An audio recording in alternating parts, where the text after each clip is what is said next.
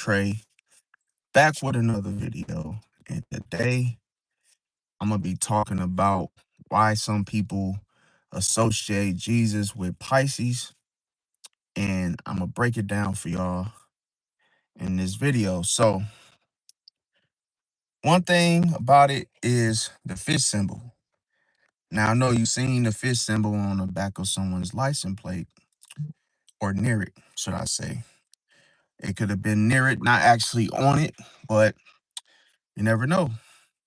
That's to be yet seen, but hey, sometimes you find the fish symbol on someone's bumper of their vehicle. Now, one thing about it is early Christians used the fish as a secret symbol. Now, another thing is the Greek word, okay? So the Greek word for fish is okay, I'm gonna say it again. It's ice thieves, okay? Ice thieves, all right? Now, the one thing is crazy because the acronym going back to Jesus Christ, the Son of God and Savior. Now, because Pisces is represented by two fish, many astrologers they connect Jesus with Pisces. Okay. Now, when you look at the age of Pisces, now in this theory, some astrologers they believe Jesus arrived at the beginning of the age of Pisces. So in astrology, not people, Pisces is associated with what? Compassion, sacrifice, faith, forgiveness, and spirituality. So people oftentimes they point to Jesus' teachings about love, mercy, and forgiveness and say they match Pisces themes because one thing is like Pisces embodies all of this. So it's like compassion, forgiveness, faith, spirituality. So a lot of times it could be a Pisces having mercy on you is why people tend to get chance after chance after chance. And when people pray to Jesus, they get the same, chance after chance after chance, but it's not like they're getting away, but it's all about, forgiveness. Now, another thing, and then, God's unconditional love. Now, when it comes to the fish miracles, so that would be what in regard to the stories involving the fish, and they constantly keep appearing several times in the Bible. Now, one thing is like certain I like to call them like verses in so many ways. So it's like when like in the Bible when it talks about, feeding the multitudes with fish and bread, calling fishermen as disciples, miraculous catches of fish. So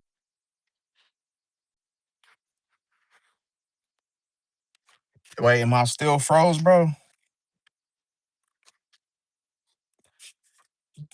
And let me know if I'm froze, bro. I don't know why it's doing that, but let me see. Check something. Uh Yeah, y'all know. Wait, let me see something. It should not be frozen. Let me check something else. Okay, so is it still messing up, y'all? Or is it everything back? Is it still froze or is it good to go?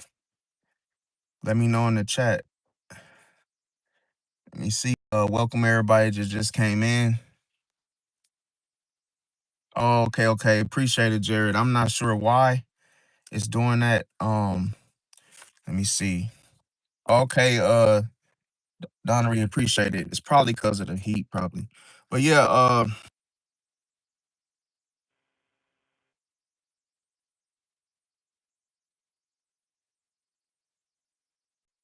um, the fishermen were disciples, miraculous, catching up fish, feeding the crowds with fish. What's going on? Welcome, Thompson, everyone that just came in. Subscribe if you haven't. I would appreciate it. But here's the thing, okay, so other clues are, compassion for outsiders, forgiveness teachings, sacrifice for others, turning the other cheek.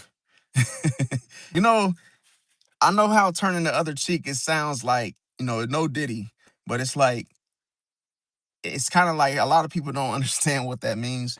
But, it's good to turn the other cheek because it's like you don't want to just feed into something or, get riled up in regard to, in regards to a situation. Now, or just let someone, get you into that type of mind state of like fighting and, because they say you live by the sword, you die by a sword. Appreciate that. Donnery says sending pure love and Olaf from Kauai, Hawaii. Appreciate it. Welcome. Wow, that's far. How is it in Hawaii? And see, one thing, another I almost said symbol, but clue is that healing the sick, emphasis on faith, spiritual rather than just material focus.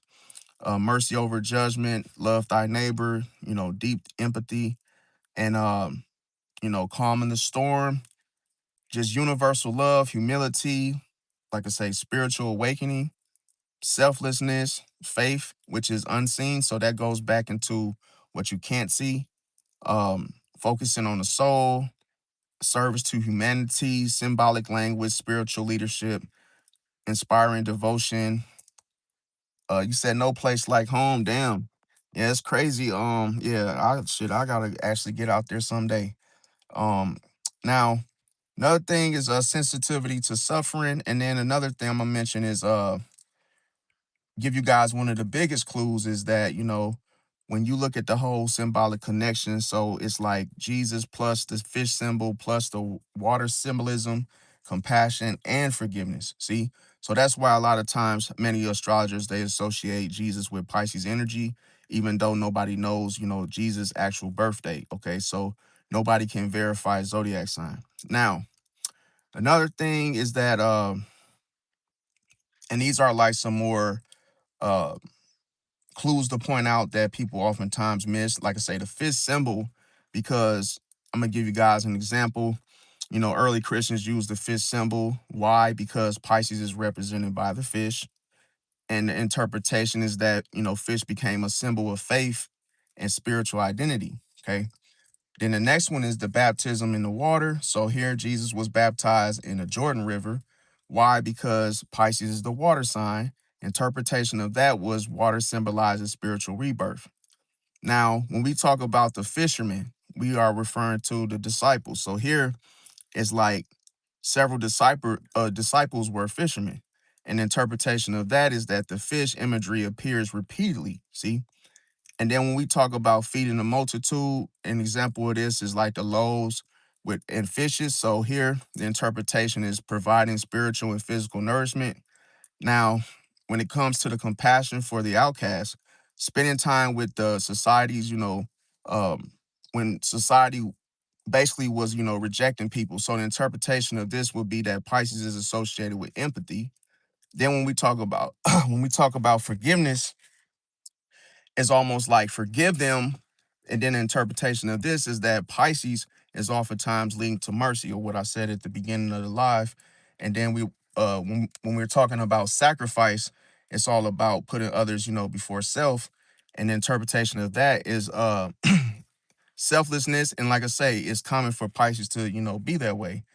Now, when we talk about universal love, that's talking about loving everyone. So it's almost like love thy neighbor. And interpretation of that would be, breaking down divisions.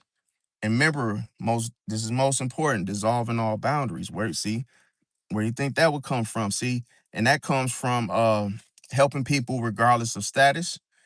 And at the same time, interpretation of that, or breaking that down, would be Neptune, which is Pisces, symbolism about removing separation, see, and divisions. Appreciate the star, Sedona. Appreciate everybody just came in. Happy birthday to your, you say your disabled dad, Nick Jers. Happy birthday to Nick Jers, y'all. Say happy birthday to some, 6857. And another thing is walking on water. Walking on water is a famous gospel story. So the interpretation of that would be mastery over fear and uncertainty. Now, others are, basically like healing the sick, healing miracles. So interpretation of that would be like Pisces is often associated with healing, helping the poor, uh, concern for the less fortunate. So here is almost like the interpretation is compassion over status, teaching through stories, which are, referred to parables, And at the same time, its interpretation is, symbolic communication. And that's how a lot of times Pisces communicates. That's why a lot of people don't understand Pisces, see, from the carnal mindset. Now, another one is faith in the unseen. Remember, I said it's what you can't see. An example of this would be, belief without physical proof. And in its interpretation, it's like you just have to, trust God. See, it's spiritual trust here. Now, when it comes to the spiritual focus over material wealth, here is all about, the warnings against greed, and interpretation of this is the inner wealth over outer wealth. So that's something to look at. Another clue, acceptance over, imperfect people. So here is almost like welcoming sinners. As you guys know, Jesus spent a lot of time with the sinners. And like I say, the interpretation of this is, compassion before judgment. Another clue is emotional understanding. So recognizing suffering and interpretation of this is what we call empathy. See? Now, when we look at another clue, peaceful response to conflicts. So here it's not talking about, using weapons here. It's all about teaching restraint, resistance. So that's what, what holds the two fish from separating from each other. Resistance, restraint, and see, the interpretation of this is choosing peace over retaliation.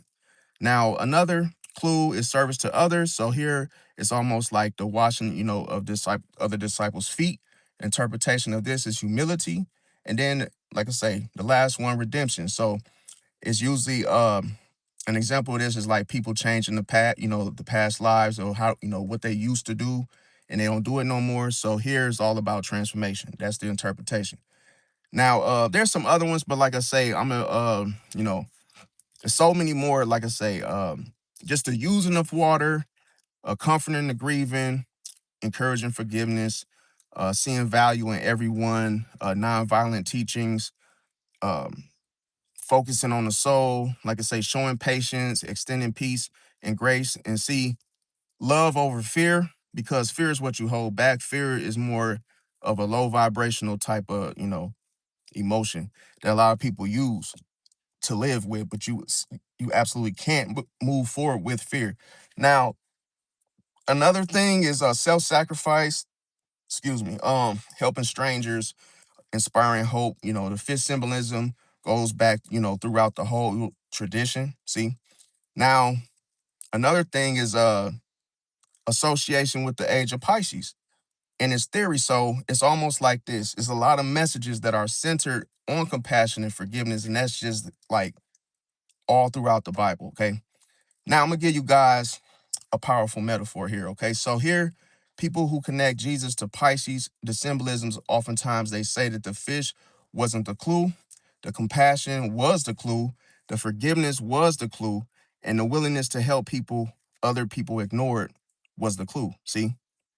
Now that's why in astrology it keeps circling around, circling around, circling around, that Jesus often symbolized, symbolically associated with the Pisces. See, even though his actual zodiac sign is unknown. So that's really you know what I'm saying? It keeps going back to unknown, unknown, even though all these clues, so nobody knows. Now, another thing is metaphorically, when we look at the fish survives where other people drown. See? So here we can look at its meaning with, the spiritual resilience. Then when we look at the ocean, this could be, the ocean accepts every river. So it's embodied with compassion.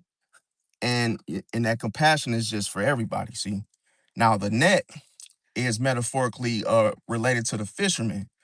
And the fisherman gathers it so it doesn't separate it. Now here, what this means is unity. So when we look at the lighthouse, this is the light during the storms, and the meaning behind it is guidance. Now when we look at the bread metaphor is almost related to like feeding the hunger beyond, food. So sometimes it's like you gotta have spiritual food. Like some people think that, oh, we talking about, they might misinterpret and think, oh, the bread represent, oh, like a person just food itself. But what if you don't have, spiritual food? See, you gotta have spiritual food, and that comes from meditating, praying, you know, and you go going within. So that's what that inner silence for. That's what that isolation is really for. Now, another thing is the well. So that's metaphorically, what does that coincide with? The water for the thirsty. And like I say, what does this mean? Hope. See, a lot of times, a lot of people don't have hope that something will be, better. So that's why you got to get hope. Now, the tide, metaphorically, is all about returning to the, returning no matter what. What we call this grace. Okay. So when we talk about the tide, that we talk about, returning no matter what. So like I said, that was grace. With the bridge, though, it's all about connecting divided shores. So here, this is what we call reconciliation. So when we talk about the mirror, when we say, oh, we mirror mirror others, including ourselves, here we're talking about reflecting what's inside. And the meaning of this is self-examination. Now, when we talk about the anchor, metaphorically, we're speaking about the stability during the storms. And what does this mean? Faith. See, when we talk about the shepherd, what are we talking about metaphorically? Finding the sheep. As Jesus said, my sheep hear my voice. So what does this mean? Caring for the overlooked.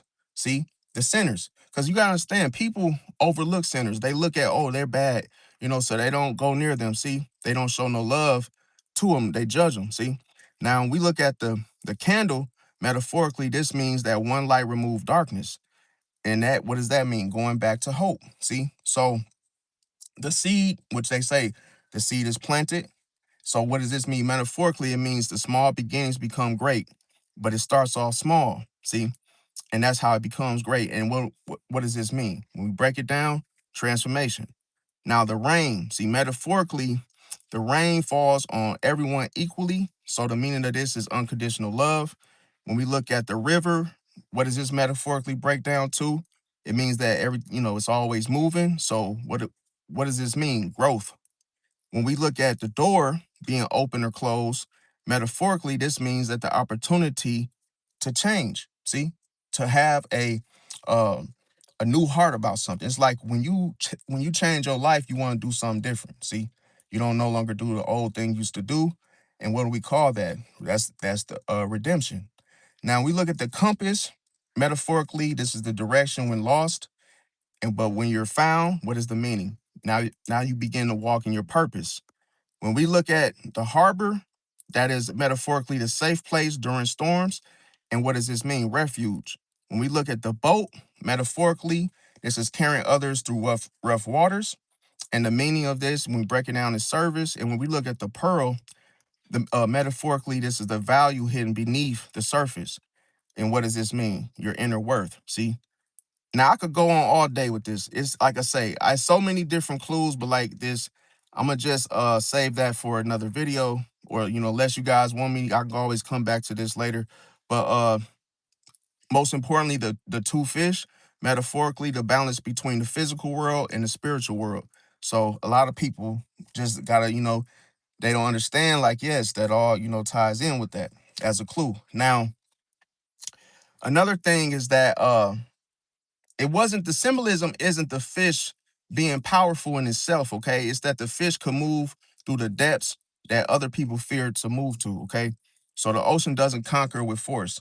Now, another thing I want to talk about is the shadow side of Pisces, okay? Now, a lot of times when you are operating in that dark side, you have to understand that that's like you living between two worlds. Okay. So here is like one fish swimming towards the spirit, then the other towards the material world. So that's why it's like living between the two worlds. Now I'm gonna tell you guys, Judas Iscariot, okay? Now, it's almost like he was, like you say, he was a spiritual teacher while also being tempted by money. See, a lot of people say that he was a Pisces. Again, we don't know. But the craziest thing, the most biggest clue is he had internal conflict. See, the spiritual, living in between two worlds, he was considered a dark-sided Pisces. See, he was living in between two worlds, the spiritual and the material world. So his inner conflict was money. It's cold-blooded. See, it's always two things that you're, as a Pisces, that you are internally conflicted with. You could be a good person. I mean, you will help an old lady walk across the street that's struggling. but then you might also you might also fuck an old woman. You might have a lust or just a fantasy of just like something crazy, but you're still a good person. But it's like you have both because you're living in between those two worlds. See that? So you could be doing two things at the same time, and it could be 50-50. It could be whichever, like I say, whichever one you're leaning to the most, but you're living in between two worlds. Now, one thing to know, and I'm gonna break it down to y'all with videos, and like I said, I'll get to it if we got time. If I don't, talk y'all heads off, I always do. But hey, I'm just gonna, break it down, that internal conflict, because bro, see, being a Pisces is not like an easy ride just because you have compassion and empathy, because it's everything all in the center, because the two fish cannot leave each other. That creates conflict. So every Pisces has internal conflict. And guess what? It's not like, oh, you could just stop it like right now. It's not like this stuff is so freaking like embedded in you that this conflict, your own internal chaos. See, it's almost like, damn, you like both. Could you imagine having two wives and you like, damn, I like her because she's spiritual, but damn, I like her because she's like, seductive and like just, total opposite, to where you could fall in love with two different things and then live in this fantasy of a reality of your own that's like, oh, yeah, I got me I'm into the spiritual, but then I'm also tied to this. And remember, notice I said tied. So now you're tied to this other thing, and it's not easy for you to just leave it alone. Because the minute you try to get away from it, it's almost like the thing transforms. The whole whatever it is, what else that you are, with whatever else you are connected to, it transform. And then it's like, oh, now you're in bigger shit than you were if you stayed. So now it's like, oh shit, what do? I feel stuck to this. I feel bound to this situation. See? They call that being like knee deep in the situation as well. So here's the problem. With Judas Iscariot, he experienced self-deception. See? Because why? He mistaked the fog for a clear road. See? Because I'm going to tell you, what keeps you tied to the material world, like I said, it could be money, it could be sex, it could be anything, drugs, drinking, whatever, right? But the problem is when you self-deceive yourself, you start to convince yourself first. See, you start convincing yourself that that action is, oh, justified, because deep down, it isn't. It's cold-blooded. That's why I say you could love something, but you could also love money. You could love sex. You could love drugs. You could love drinking. You could love, and loving those substances is just the same as loving, oh, your beautiful wife or somebody like a person. So you could treat everything with that kind-hearted compassion as well as those goddamn substances. It's cold-blooded. You could be treating sex like a person and love it to where, oh, I don't want to let this go. Because that feels like you breaking up with the material world. See? So here, when you convince yourself that these actions are justified when deep down you know it isn't, that's self-deception. That's not somebody else deceiving you. You're deceiving yourself. See? So here, you have, as a Pisces, to not fall for this. You have to see things for what they are, not what you want to see, if that makes sense. You know how they say, oh, you just want to hear what you want to hear. See, with Pisces, though, you just want to see dark sided. Oh, you just want to see what you want to see. You want to be self-deceived just because you don't want to admit that you're wrong, or that the situation, the habit, the action is wrong. Okay. Now, another thing that Judas Iscariot, being a dark side Pisces, okay. Now, these are just clues, because we don't know we don't know, quote unquote, his actual birthday either. Okay. We're just using the clues are tied to his personality, or what he did in the Bible. Now, when it comes to escapism, see, metaphorically, swimming away from reality. Now, do you see the difference? Because when you do something that's not considered normal or something that's like, oh, you fall in love with the drug. Now you're swimming away from reality because you're stuck, you're bound to it. You could only go so far and then your ass is coming right back to it. Even if you quit smoking or drinking for a week or two, you're like, yo, I'm done smoking. As soon as you, and that I'm gonna tell you the craziest thing. What fish do you think is attached to that material world? The fish going downstream. But he can't separate from the fish going upstream. So it could be a part of you. That's what I'm saying. Half of you, 50% of you, or 50% of the time, you could be doing the same damn thing. So it's like, yeah, you doing one thing over here, and then you in between that space, you're doing something over here. And then all of a sudden you wonder why you probably go to church, but then somewhere in your car, you might have a damn drink, or you might have 2.5 of some damn, weed in your damn car. So you rolling up even though you just went to church. What I'm saying is it's almost like you cannot leave from doing something else.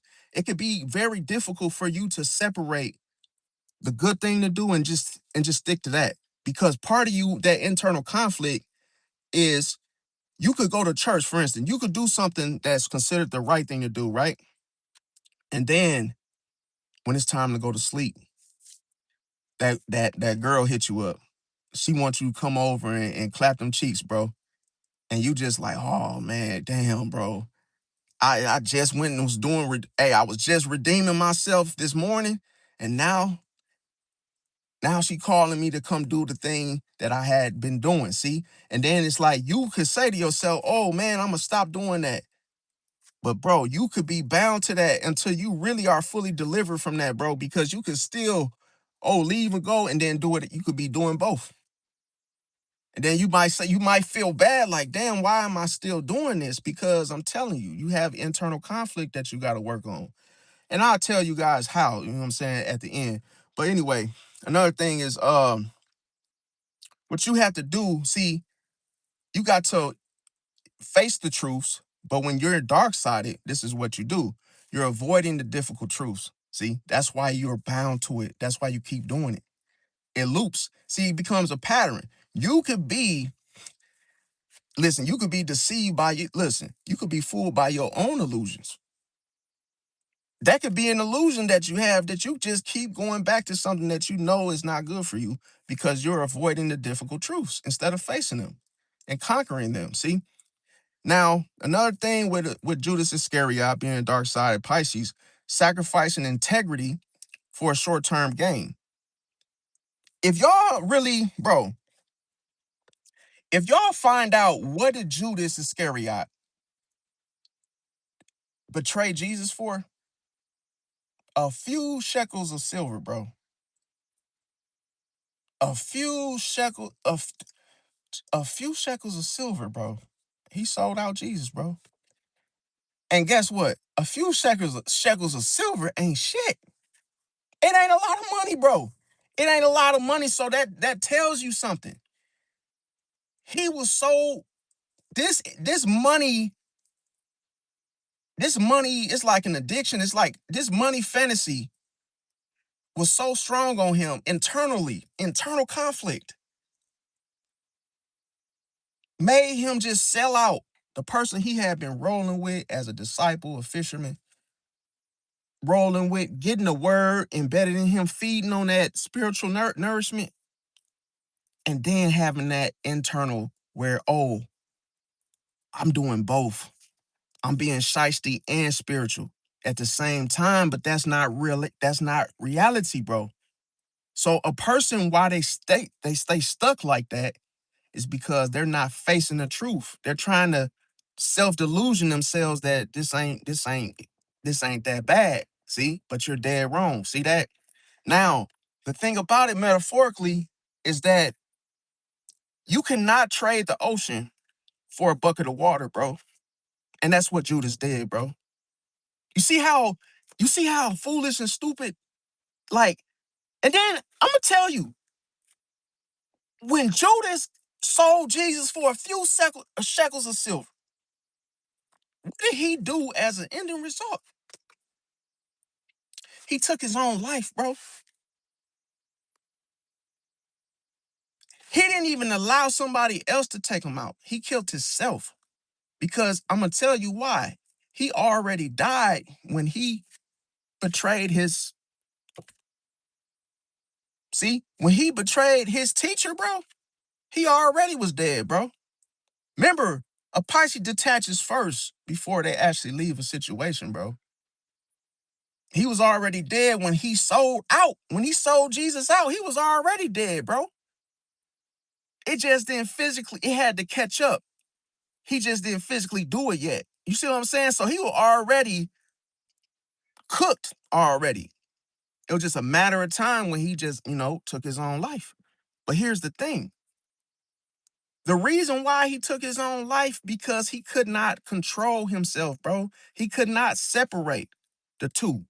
That internal conflict, bro, he couldn't. He felt once he did one thing, he leaned towards the very thing that he shouldn't have done. That's how some people end up being delusional. That's how they think, that they think this is the only way to escape the truth is to take their own life, bro. Because the two fish, they keep coming. Look, one fish tries to leave the other fish. Oh, nope. They're bound together. For him to know what he did and knowing who Jesus was, he couldn't live with that truth, bro. He couldn't face that reality because of guilt, bro. So he tried to escape the consequences. He tried to escape the truth that he messed up because he didn't want to be accountable. He didn't want to face the very thing he started, bro. That's why he killed himself, bro. Thinking that he's escaping the punishment, only to wake up in that realm and no, you didn't get away, buddy. So everybody asks, where did Judas Iscariot, where did he go? He went to hell. See, he didn't escape nothing. Now, another thing is this. Trading the ocean for a bucket of water. Why would you do that? You got the whole ocean. You gonna trade the whole goddamn ocean for a bucket of water. Selfish. So when we look at the dark side Pisces, they are definitely that, bro, selfish. See, they're like, oh, I could be compassionate, but I'm only gonna be compassionate to myself. See, because now when you do it for yourself, now you like, oh, if I'm gonna be selfish, now I'm going what? I'm gonna have both of them. I'm gonna have the best of both worlds. That's what selfish is. And you notice it's crazy. When you break the word in half, sell fish, that's where it came from. Selfish. A selfish. That's why I say people don't look at it like that because it's deep. People don't look at why selfish got that word in it, fish. Because when you dark side Pisces, that's what you are. You're not a fish anymore, you're selfish. Now, another thing is this. When you choose, temporary rewards, what are you doing? When you trade the whole ocean for a bucket of water, this means you're choosing a temporary reward over a long-term purpose. That's why I tell people you could do something and, this is some temporary reward. You get some ass. That's a temporary reward, bro. Why not wait and be celibate and get you a wife, bro? Why don't you? And I know everybody don't want the same thing. We all want different stuff. But I'm like, damn, it's crazy how some people be really going out for a bucket of water when they could have had the whole ocean, bro. See? Now, I'm going to tell you, why did he take his life? Judas Iscariot. Because of guilt and remorse. Look, guilt and remorse. Now, this is the thing. You can't do both. It's one or the other. Yeah, you can have remorse. Yeah, feel some type of way. But metaphorically, this means realizing that the tide cannot be reversed. You already committed the act. So Judas Iscariot, after his actions, what did it result in? Chasing a temporary reward resulted in deep regret. See, deep regret is guilt. That is the birth That is the starting point. It starts with regret and then it leads to guilt.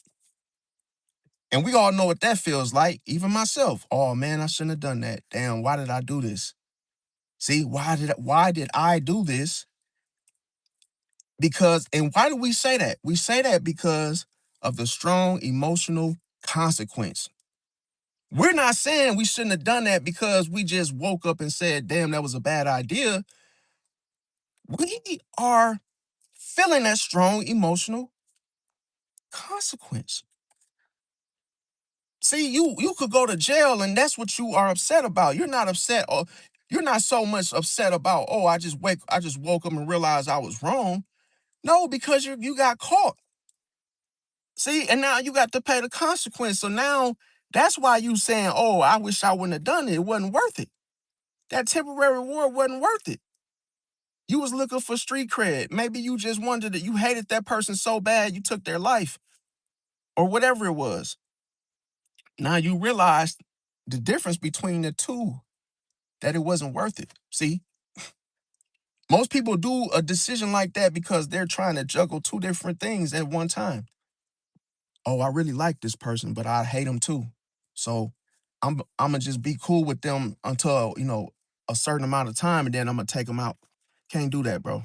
See, now I'm gonna tell you, the Bible does not describe, just a disclaimer, like I said, for some of you that may, feel, you know, differently about it, because I'm not trying to make this controversial. So, like I say, the Bible does not describe Judas as a Pisces, and astrology was not used to identify his sign. Okay, so this is just a symbolic, just parallel only, not facts. Okay, so it's a thing we could talk about, but at the same time, to answer anybody's question, was Judas a Pisces? We don't know. Okay, but some of the struggles associated with the shadow side of Pisces, when we look at confusion, self-deception, guilt, and inner conflict, that's what those examples were for. So it's almost like, yeah, it's like real weird that it's like the same shit. It's like the comparison is similar. Now, I'm gonna go into another thing to break it down. Okay, so when we look at Judas, another thing I wanted to say, living in between the two worlds, that represents in it. Okay, that represents metaphorically two fish swimming in opposite directions. How do we know this to be true with this statement? Is that when you're torn between the spiritual side of things in regard to the loyalty and then the material concerns, see, with this world. Now, that's one thing. Then going into the inner conflict of what I mentioned. See, this is the thing. He was he was following Jesus while struggling internally. How many of you been in the same situation where you doing the right thing, but internally you struggling? Internally you having a conflict that something else is like a need or something that you're desiring feels like it's pulling a tug on you. That, oh, yeah, I see you hanging out with Jesus, but hey, later on tonight, Suzanne is having a party. And they're gonna be getting on the stripper poles and doing all this other stuff. And they're gonna have, all you can eat and all you can drink, down Julio, Fulio, all the drinks and everything. And you like, oh man. So could you imagine being torn between two things and all that agony and turmoil, all the stuff going internally because you want to go, but you don't want to be put in the red. You don't want to be, oh, I know better. I know I shouldn't be there. You know that. You're like, oh man, damn. This just had to happen in this life, in reality. That's considered, bad. This is what it is compared to what you're doing in regard to what you're doing on the outside. If you're following Jesus and going to church, but internally you want to fornicate. Internally you want to go hit them drugs. You want to go do that sinful stuff. But it contradicts to what you're trying to, what your purpose, what you're aiming for. So you feel that inner conflict. So you're struggling to decide. And this is the struggle is the cord that you're struggling with the rod, the cord. Some people call it the rod, some people call it the cord. And when it's doing this, you're feeling all that shit. You're feeling everything in between of what I should do. And it's always this is your intuition telling you no. And guess what? You as a Pisces trying to see the potential. Well, damn, if I just do this, I won't go all the way. Yeah, I'll go, but I ain't gonna drink. You can't play with the depth, bro. You cannot play like that, bro. You can't play with reality because you can manipulate yourself. We already said it. Self-deception. Oh man, you know what though? I'm gonna go to church. And then what I'm gonna do is I'm gonna have my baby mama come with me because if I end up, if I be put it like this, if I become lit and I, have a drink, she could stop me. And then I'll go over Susan's house, the strippers and stuff, but I'll just be in the living room. Bro, you not gonna do that, bro. You're not gonna do that. So don't even trick yourself into that self-deception, bro. I know plenty of people, including myself, have done this. Yeah, I'll go, but I've done this so many times only to realize and find out I didn't keep my word. Even if I had somebody come with me. Oh, we'll go to the casino for such and such birthday. Even though I knew I used to have an addiction for gambling, why the hell would I go to the casino and say, oh, I'm going to just bring 20 bucks. And after I play my 20, I'm done. Knowing I'm going to knowing I'm going to lose that 20, walk all the way to the parking lot in the parking structure and grab my damn wallet and go back in. But that's why they say, leave your credit cards, leave your debit card at the crib. Because you will be tempted to go get that mug. But even worse, sometimes leaving it at the crib ain't even doable. When you have an addiction, you ain't gonna you gonna have that on your that internal conflict. You gonna have it in here. Oh man, I lost 200. Man, I'm finna go back. I'm finna go home, grab my like, bro, why is you doing this? See, because the only way you can stop doing something is you have to stop, bro. You have to set the boundary. You have to say, you know what, enough is enough and be done. Now, in other words, you gotta want to stop. Welcome everybody that's that joined, came in, whatnot. But yeah, another thing is that, okay, so self-deception is, like I say, convincing yourself. Appreciate the sparkles, Sedona, appreciate that. And see, one thing about it is self-deception, convincing yourself that your actions are justified when you are experiencing that internal conflict. And see, Judas did this. See, Judas did this. He was convincing himself that, oh, getting this couple shekels of silver, oh, I'm Gucci. Like, yeah, I'm good. See how he instantly used deflection in his own self, with his own self. See, deflection you could project onto somebody, but you could also project onto your own self and use deflection to your own self. That gives you what?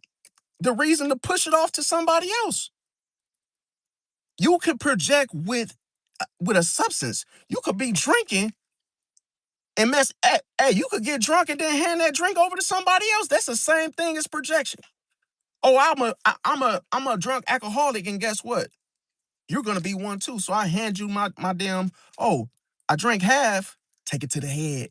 Go, go, go, go. Next you don't know you've been projected upon. But it started with deflection because, oh, I didn't want to be the only one to drinking. I didn't want to be the only one drinking. So, oh, instead of you watching me drink, here, have some. You got to be careful because that's how people sneakily project onto you. It ain't just, oh, something they say to you.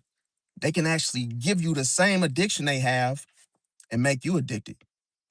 See, as well. So Another thing with Judas, as I mentioned, to break this down further, escapism, okay? So, metaphorically, I'm going to tell you how this looks. Swimming away from reality instead of facing it. See, swimming away from reality instead of facing it is escapism. Why are you running? Why are you running from something you decided to do instead of facing it and then knowing that it's wrong and nail it in the coffin? See, now the next one with Judas Iscariot, when it's idolism going wrong, okay? And here's the thing, expectations and not matching reality to it. See, it's like this, man. How can you expect to do the right thing with the right idea when you're not matching the reality to it? It's like, when somebody, this is why I always say, when somebody betrays you, it's like, why would they do that? See? And the thing is, because they're trying to have that expectation, but sometimes the expectation is for themselves. It ain't got nothing to do with you. They want something, they're expecting something to happen a certain type of way, but it doesn't match the reality of the situation. See, and that's how it goes wrong. Now, another thing that Judas Iscariot, what he experienced is emotional confusion. Now he confused how he really felt about following Jesus from the start. Because now he's putting what? The conflict first. It's cold-blooded. And then on top of that, he had difficulty accepting reality because he was running from it the whole time. Escapism is bad when you're running from stuff that you know you shouldn't. Hey, you running from it's like, what do you think is gonna happen if you run from reality? It's gonna land you in some shit. See? And usually, I'm gonna tell you, it's because he wanted to see what he wanted to see. Remember, I said at the beginning of the live, I said, some people want to hear what they want to hear. Judas Iscariot, the reason why he ran from reality is because he wanted to see what he wanted to see, not what he should see or should be seeing. See how it works. Now, look, the thing about it was most people think the dark side Pisces is experiencing what? Oh, before the inner world between right and wrong. Yeah, not just that. Not just the internal conflict. What Judas Iscariot was experiencing on the inside was internal contradictions. Who are you following? Are you following Jesus or not? Obviously not. See, that's the truth. But see, when he wants to follow him, he's following him.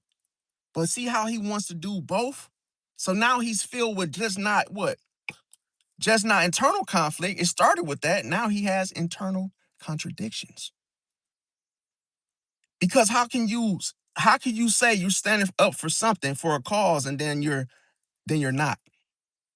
Because you want to see what you want to see. Even if you shouldn't be seeing what you want, even if you're seeing the wrong shit. Now I'm gonna tell you what it does. All in all, what Judas Iscariot, what he did was he followed his emotions. It's cold-blooded. Because that's what it means when you want to see what you want to see. That means you are following your emotions. See? Oh, because it feels good to have, to want money and be, following the teacher, the creator. So it's like, oh, all in all, that's the reason why. And that's why I say you can't do both. You cannot do both. And that a lot of people think they can. Yeah, you can, but it ain't gonna work. It's not gonna work. And that's why I tell people all the time, like, even dark side Pisces is like, bro, how do you think it becomes dark? How do you think it leads to that? It's not, oh, because you're in the dark. It's not the way that people make it sound. It's like it's deeper than that. It means the person is only trying to do it. They're trying to do it their way, according to how they feel. You know how when people say, "Oh, they don't agree with that." No, I don't think it should be like that. So then they try to do it their own way.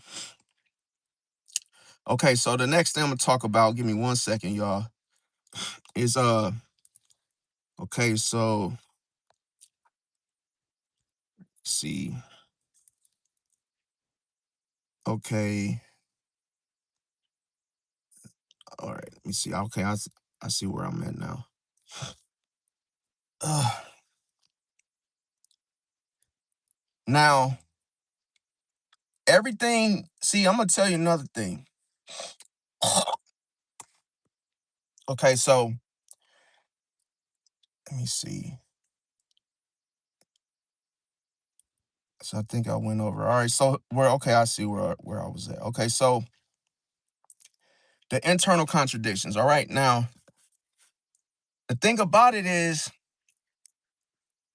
let me see. Let me see. Tony Hawk said, Jesus died on the cross for all sins and rose 3 days, saving us from hell if we repent from all sins and believe he died and that God raised him from the dead, make him our Lord. Facts, facts, facts. Definitely.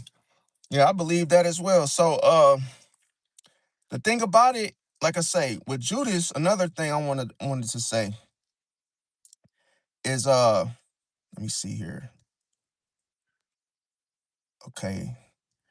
All right, so let me go break this down because let me make sure. Okay, give me 1 second, y'all. Okay.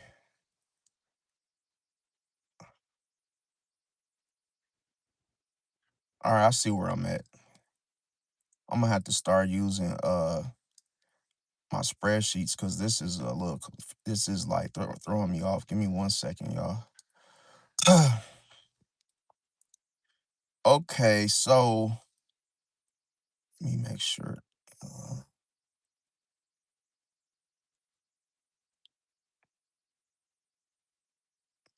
Uh, okay, okay. Give me 1 second, y'all. Let me find where I'm at because this is I must give me 1 second.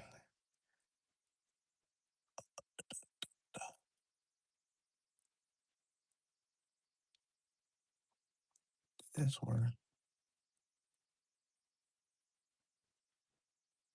Okay, so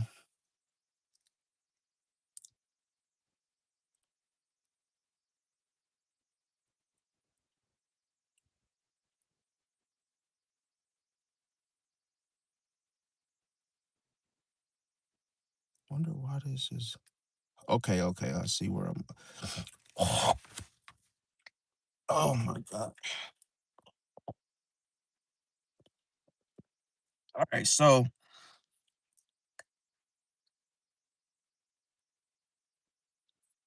okay, now I see what. Okay, I see what I did now. All right, so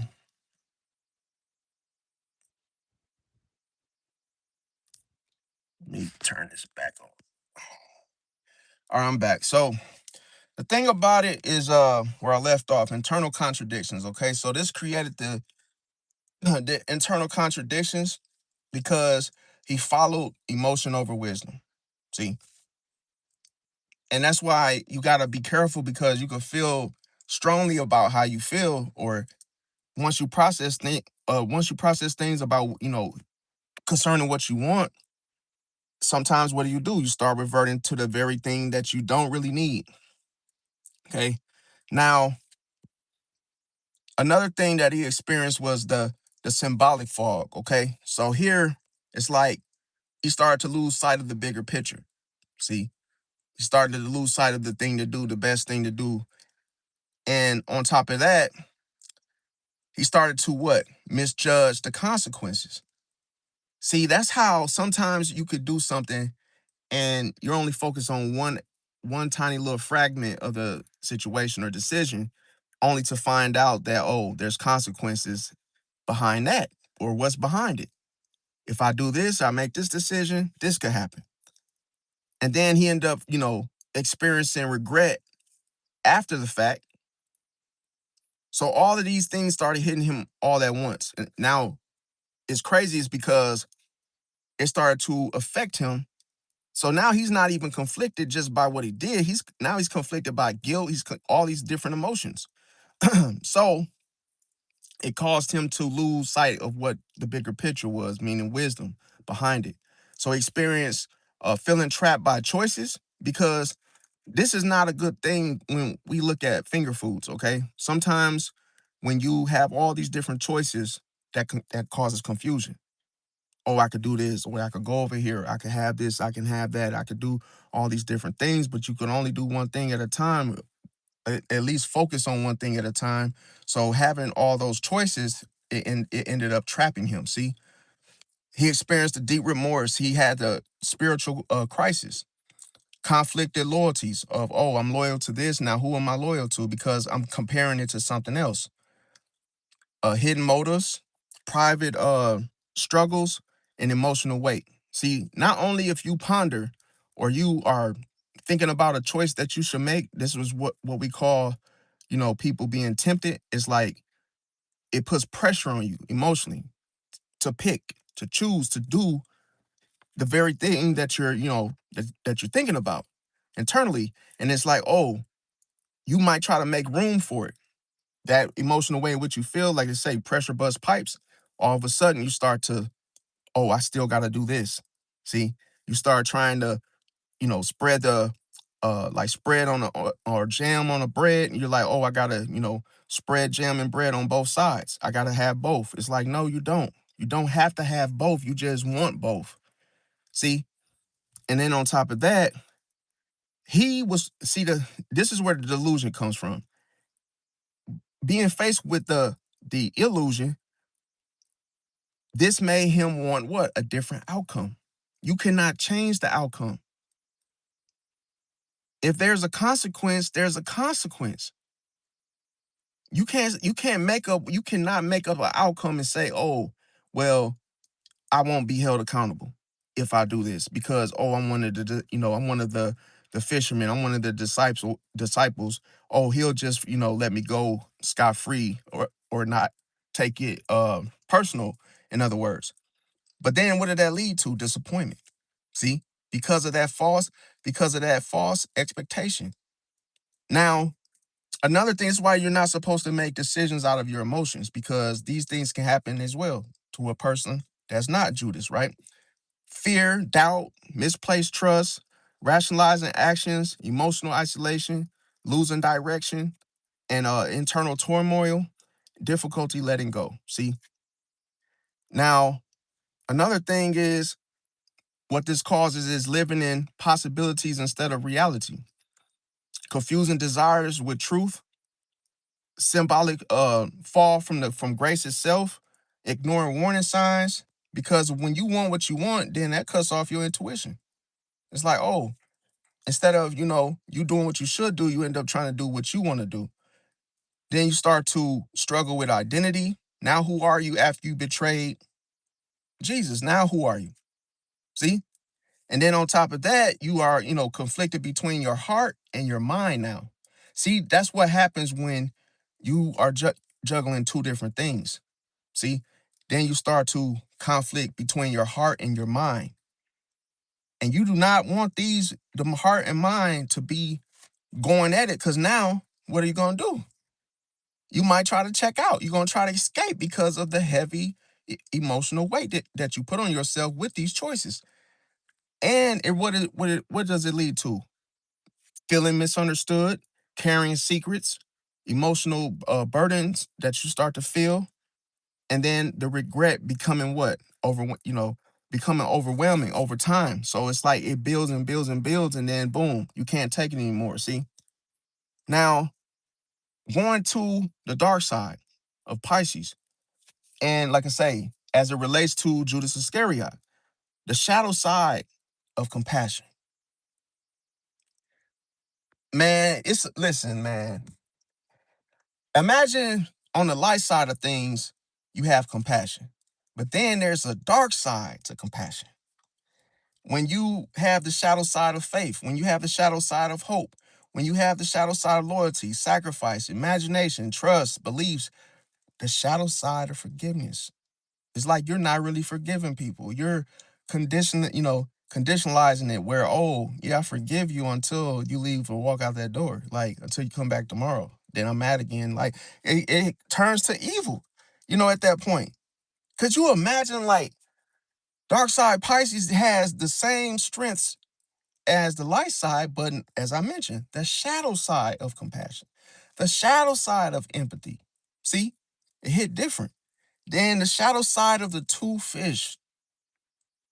See, I'm gonna break that down in the later video, but it's just crazy how it happens and how it unfolds. Now, metaphorically, let's look at it like this. One fish swims toward truth, the other swims toward the illusion. The strategy isn't that one fish exists. See, the tragedy is when a person mistakes the fish swimming toward illusion for the one swimming toward the truth. You see how the person confuses themselves. They confuse themselves. Could you imagine where you think the fish is going towards the right direction and it's not? And that type of imbalance, that's how the Pisces becomes shadow. That's how it becomes the light side goes into the dark by doing so. By being in between the truth and the illusion. The tragedy of a shadow Pisces. That's why I told you in previous videos, the illusion is always present. When you meet a person, the person is behind it. The illusion and the facade are neck and neck. See, that's who you gotta figure out and meet first, and figure out who's who. Then you meet the person after dissolving, after finding out, okay, what is the facade and what is the illusion? See? So if that is the darkness of meeting a person, then what is it for you? See? When you are in that tragedy between the truth and the illusion and having to decipher which one are you going to choose. See? Because if the problem is this, if you try to make a sound decision out of that different type of, inner struggle, oh, you're cooked. Oh, I don't know if this is the truth or an illusion. I'm not sure. I'm gonna tell you a true story. I had this lady today. I delivered her groceries, right? Boom. Next thing you know, I asked her for her code, her 4-digit code, right? Because it required me to do so. I said, ma'am, what is your code? And she said, I believe it's like 1462. I'm like, okay, boom. Nope, that's not it. And she said, does it give you a couple chances before it like freezes out? I said, I'm not sure. And then she ended up asking her husband or her man, she's like, oh, what's the code? And he didn't know. And then I looked on my phone and it was saying, asking me for the last four of their phone number. I'm like, cool, boom. I said, do you know the last four of your phone number? And she's like, but I'm like, how do you not know the last 4 digits of your phone number? The problem is she didn't want to tell me. When people do the whole stop it, some people they don't want to tell you their phone number or pieces of it, even if they order something. But you see how the internal struggle of doing something simple because it's realistic in a sense. I can't complete the order unless you give me the passcode. I'm not asking for the passcode for my own fucking self. This is for me to complete the order. But see, that's the thing. People be doing stupid stuff and confusing themselves when oh, he asked me for my code, or he asked me for the last four of my phone number. Like, dude, you're tweaking, bro. But that's what I'm saying. You make it difficult for yourself when you start to, try to escape from things because, oh, what are you really escaping from? Reality. I hate, it's crazy. I know you probably get bugged by it too. Like, damn, you drop a newspaper off them. Person asks you for something they need to, complete their job, and you're like, oh, wait a minute. Is he trying to get a hold of me? Or, you know, bro, why are you thinking like that? See, now another thing is this. Um, when you look at now, you know, to change the subject or a different topic, okay? So another thing I want to talk about to you guys is Stephen King's It, okay? Stephen King's It, another example symbolically, metaphorically, some people draw parallels to uh Pennywise being a Pisces, okay? Now, when you look at Pennywise, who was he to you in the chat? Who was Pennywise to you, right? Some may say he was the clown. Some may say, oh, he was, you know, a image, or, you know, a person that, you know, the kids in the movie were afraid of, right? Boom. Especially the first one, the first movie. Okay. Now, here's the thing. Pennywise is the illusion. It's cold blooded. It's cold blooded because this is, even though this is you know, a story and it's not a real clown, you know, a real situation. It's a movie. It still applies to the same analogy, the same theory of what I was mentioning about the facade and the illusion being met with them before you actually know the person. See? So Pennywise is the illusion. And see, he will be considered the shadow Pisces once again. And on top of that, he represented three things: the illusion, fantasy, and deception. Because how he looks is not the person you're met with. How he looks, you're met with the illusion. And he's only projecting onto you what he wants you to see. It's cold blooded, bro. See, now here's the problem. Metaphorically, Pennywise never appears as what he is. He never appears as what he is, bro. See? So here's the problem. He appears as he appears as what people fear. That's the same shit with John Wayne Gacy, bro. The same thing. He did the same shit, just in a different way. See? So here, like the fog hiding a cliff, see, you don't see the danger, you see the image.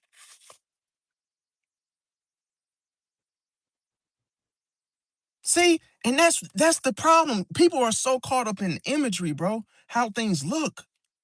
And then they fall for it. They fall for it.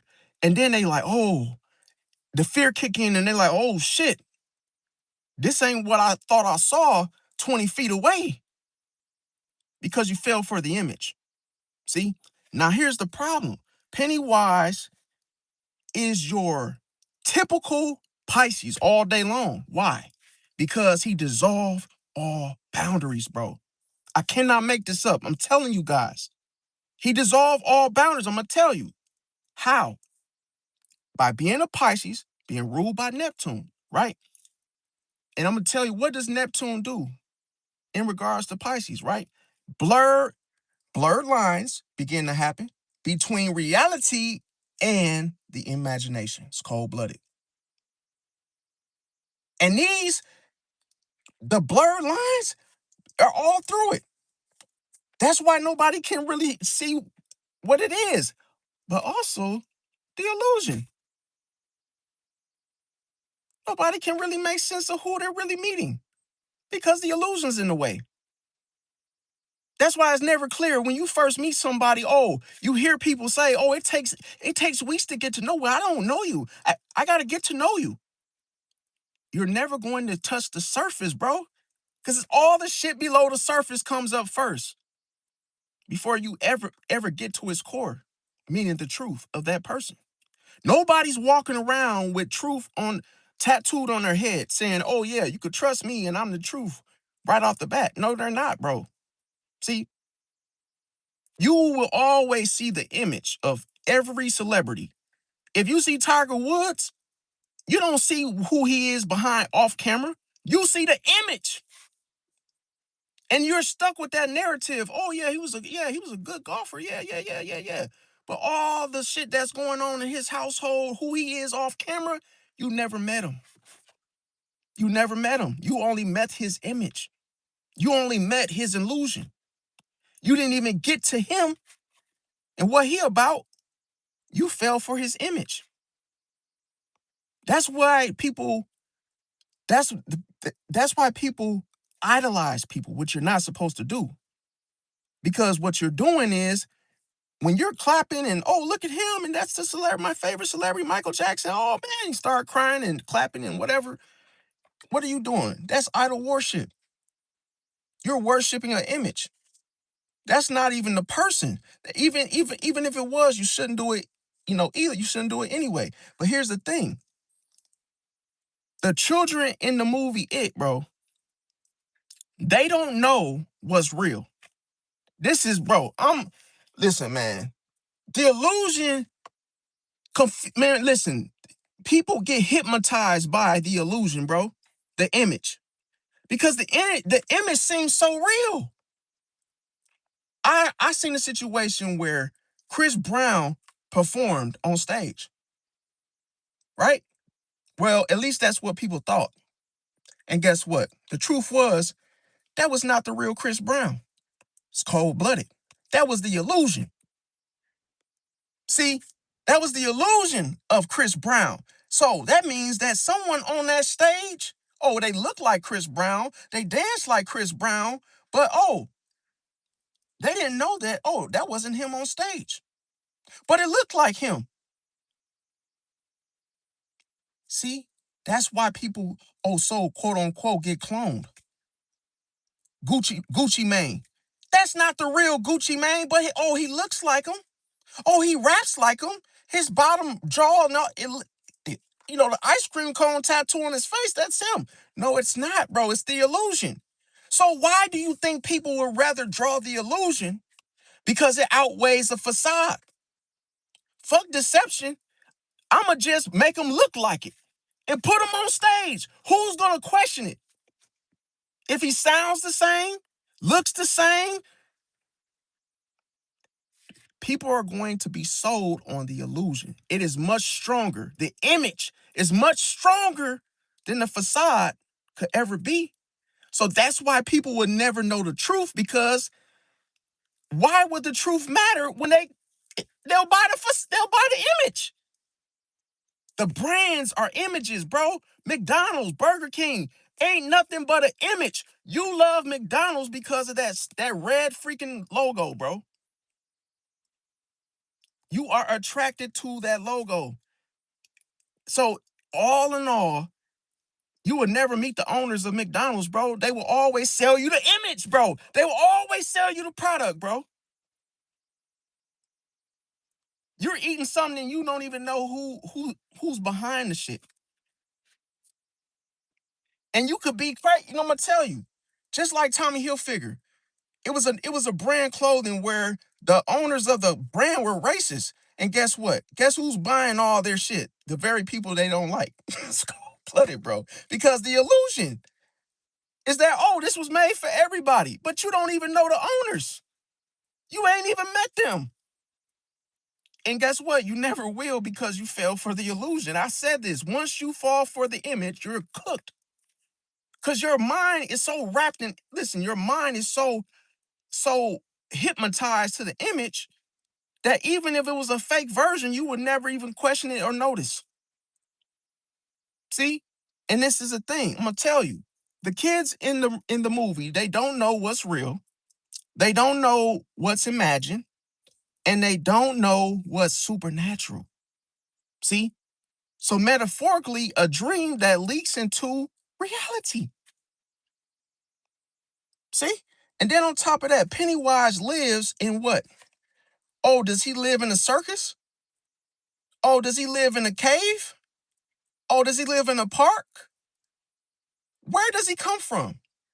Where does where does Pennywise come from?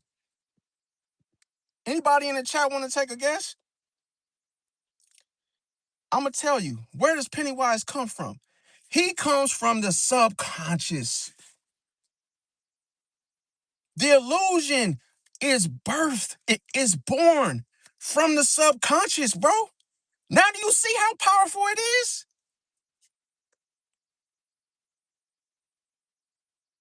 Because if I show you something and I create an image that you're afraid of, you will forever be afraid. Not of me, but my illusion, my image. See? And guess what? You have to separate the truth versus the illusion. Otherwise, guess who wins? The illusion. And here's the thing, Pennywise lives in the subconscious. And according to Pisces, that's considered the unseen world, what you can't see. When I say it's what you can't see, what I'm saying is the subconscious. See, now on top of that, metaphorically, Pennywise is like the monster beneath the water. Because all you see is what? The damn water. And you accept the water because that's what you see. You don't believe that there's something underneath that's bigger than what you see. See? Something beneath, you don't even recognize it. And you remember I said your eyes are nothing but a window to your soul. Your eyes are nothing but a lens. But you got to know what's behind those lenses, bro. See, you got to question that. Am I really seeing what I'm seeing in front of me?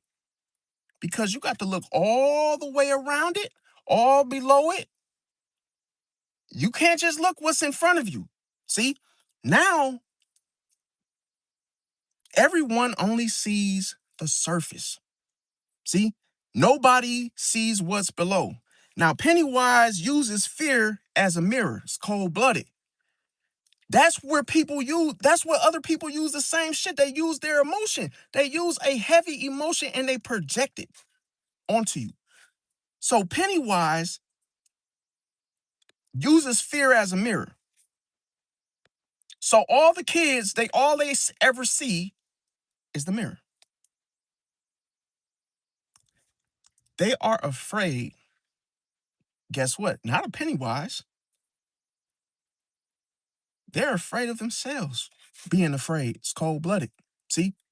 That's the reality of it, but it gets even better. Metaphorically, he becomes whatever you're afraid of. It's cold-blooded, bro. See? He becomes whatever you're afraid of. Pisces does the same shit. Shows you yourself. And if you're afraid to be yourself, guess what? That's going to be the biggest thing you're afraid of. The most thing you're afraid of is your goddamn self. So the kids, they're looking in the mirror and they're seeing how afraid they are. And it's making them more afraid. See? Now here's the big thing. In a symbolic sense, he doesn't create the fear, he reflects it.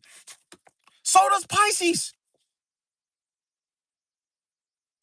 Reflects the fear. See? And how? Like a dark mirror. Now, on top of that, Pennywise is considered the fog. See, metaphorically, people get lost because they can't see clearly. They can't see clearly. And I'm going to tell you, when you're dealing with a shadow Pisces, oh, this is what I'm referring to. You can't even see clearly that the Pisces is shadow. And you confuse it with being what? A regular light-sided Pisces? Oh, so here, this negative side of Pisces become what? Confusion. Oh, I thought it was a Pisces. I thought it was a Pisces. I didn't know it was a dark Pisces. And then on top of that, when clarity disappears, fear grows. See? Now, Pennywise feeds on belief. And see, metaphorically, the more power people give him, the stronger he becomes. And guess what? He hasn't even shown himself. He ain't even shown himself. People are afraid because they keep feeding them, keep feeding them, keep feeding them. And all you're doing is all you're doing is seeing yourself in the mirror. You're seeing yourself in the mirror. And the very thing that, oh, you can't make sense of what you're seeing, so you're afraid. And then on top of this, just how similar to how fears, fantasies, and illusions grow when constantly fed attention. See, when you are afraid, guess what? When you are afraid, it stays. You become more afraid, then more afraid, and then more afraid. The fantasies, same thing. The illusions, they intensify. They grow and they grow and they grow and they grow because you fed it energy, you fed it attention. Attention is energy. When you feed your attention to stuff, you're putting your energy into it. Then it becomes something because you made it something. You manifest it into something, into a thing. Now, when we look at the sewer, as you guys know, Pennywise in the little scene with the boy in the boat and it dripping, falling down to the sewer. The sewer metaphor, I'm gonna tell you, metaphorically, the sewer represents the unconscious mind. It's cold-blooded.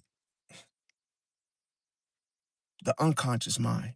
See? And then on top of this, what do you think people do with the unconscious mind? With the unconscious mind, this is what people hide. That's where people hide things, in the unconscious mind. So the sewer in that movie Pennywise or it, however you want to say it, look at it as such, right? Now,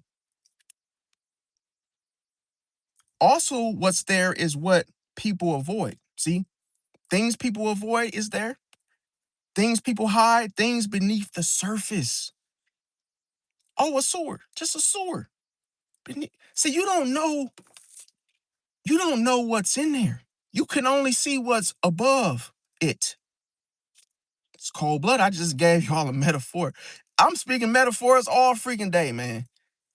You can't see what's below it. And then, sure enough, it is Pennywise, right? Okay, so look, Pennywise lives beneath the surface.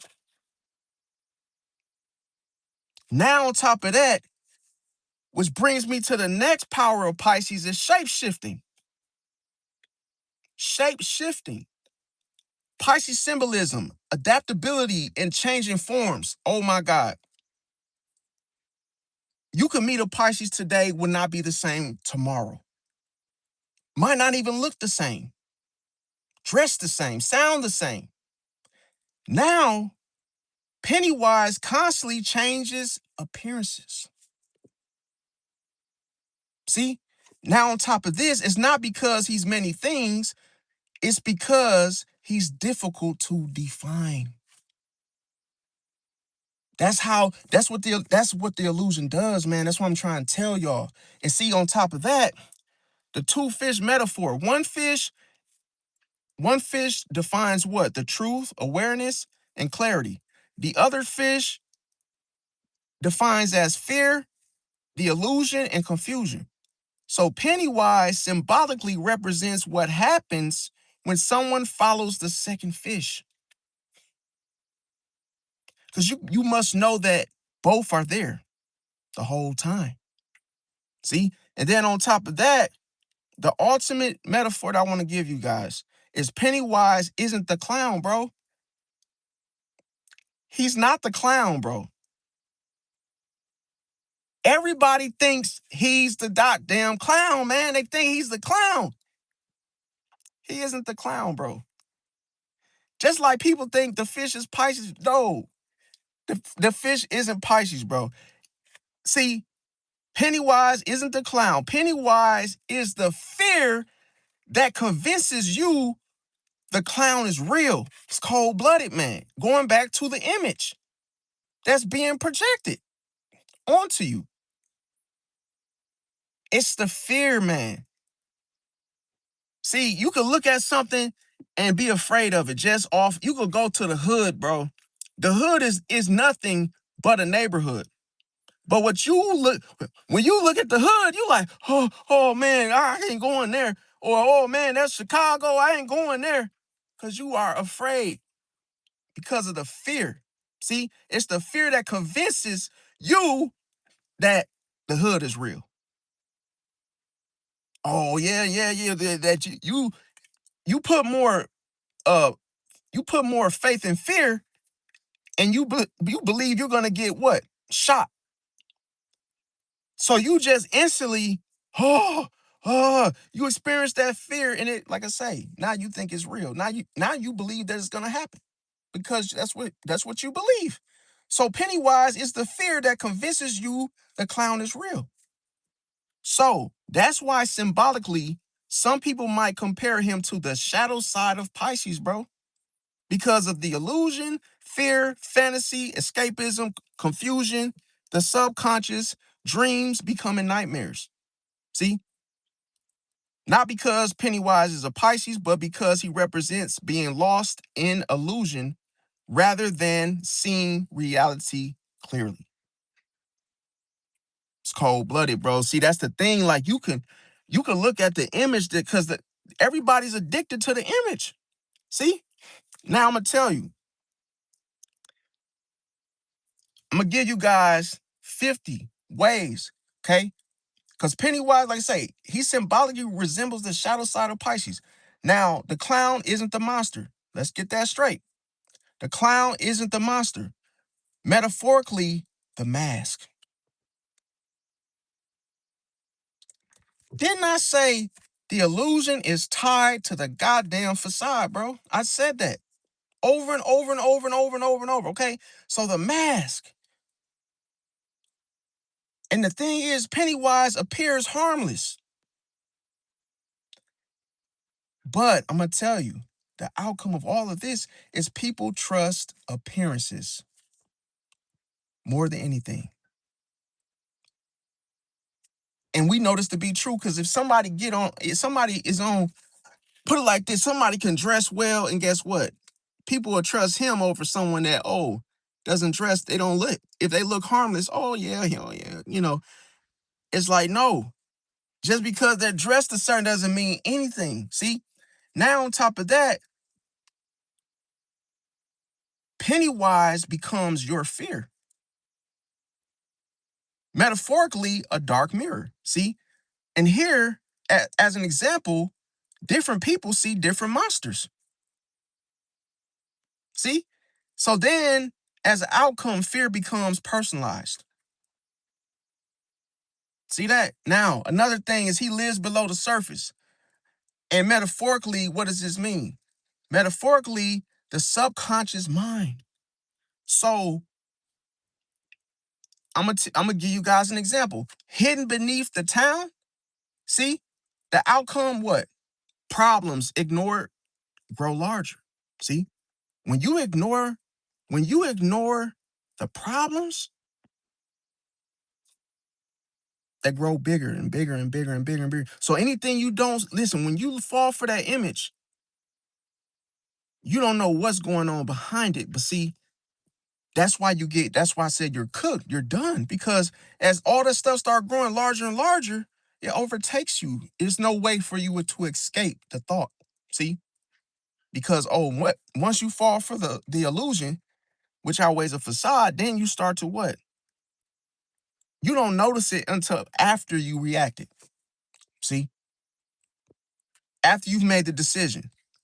Now, another thing, Pennywise, he uses illusions. See, he uses the illusion. Metaphorically, the fall covering the cliff, what I mentioned earlier. So, what does this mean? The reality becomes harder to see. That's why I said once you fall for the illusion, you're cooked. See? Because reality becomes harder to see. Once it gets you, it overtakes you. It's like you falling into a deep, put it like this, a deep ocean, right? It's like you falling right into it because you're so busy, thinking that, oh yeah, look at this ocean. Maybe, I can swim, and whoop, you jump in, boom. Next thing you know, it's like, oh, wait a minute. I can't swim. The tides are heavier, whoop de woo. And you're like, oh shit, I'm going to drown because it didn't look like it, it didn't look like this. But now that I'm in it, now I see, oh, the reality situation. Now you're like, oh, damn, this isn't what I thought. See that? And the thing about it is,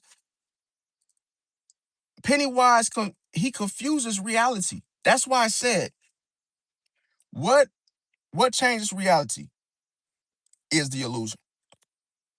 See, illusions change reality. Now he confuses reality. So metaphorically, a dream. Imagine a dream that you can't wake up from. See, the outcome is the doubt. It replaces certainty. Now, another thing is that Pennywise, he feeds on fear. So here, metaphorically, let's look at it like a fire being fed by wood. See, and more wood you add on there, it just keeps burning and burning and burning, keeps going, keeps it going. So the outcome of this is the attention strengthens it. As I mentioned, attention is energy. It don't matter how you apply it. See, now on top of that, Pennywise, he changes forms. Okay, metaphorically, the water taking the shape of its container. See, and then another thing is Pennywise, he knows hidden weaknesses. That's what the illusion does. Because it's already a weakness that you don't even notice the difference between the illusion and the truth. So that exposes your inner weaknesses ASAP. Then on top of that, metaphorically, it's almost as if he could read the cracks in the wall. See? And then on top of that, when it comes to Pennywise, like I say, he can exploit the imagination. And metaphorically, I'm gonna tell you how it's done. A seed becoming a jungle. See something that start off so small until you water it, then it becomes a big deal. Start off with fear, and then it becomes a huge situation. But how did it get from that to all of that? You see what I'm saying? Because of the attention, the energy made it what? Grow and grow and grow into a thing. See? Now, Pennywise, he thrives in darkness. So what happens here metaphorically is the mold growing in a basement.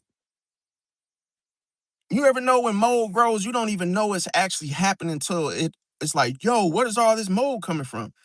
Whole time it's in the dark basement. You don't even see it. Yes, you might at times smell it, but it's like, damn, you just end up, noticing it later. After it's too late, you have to ask somebody come in and get it out.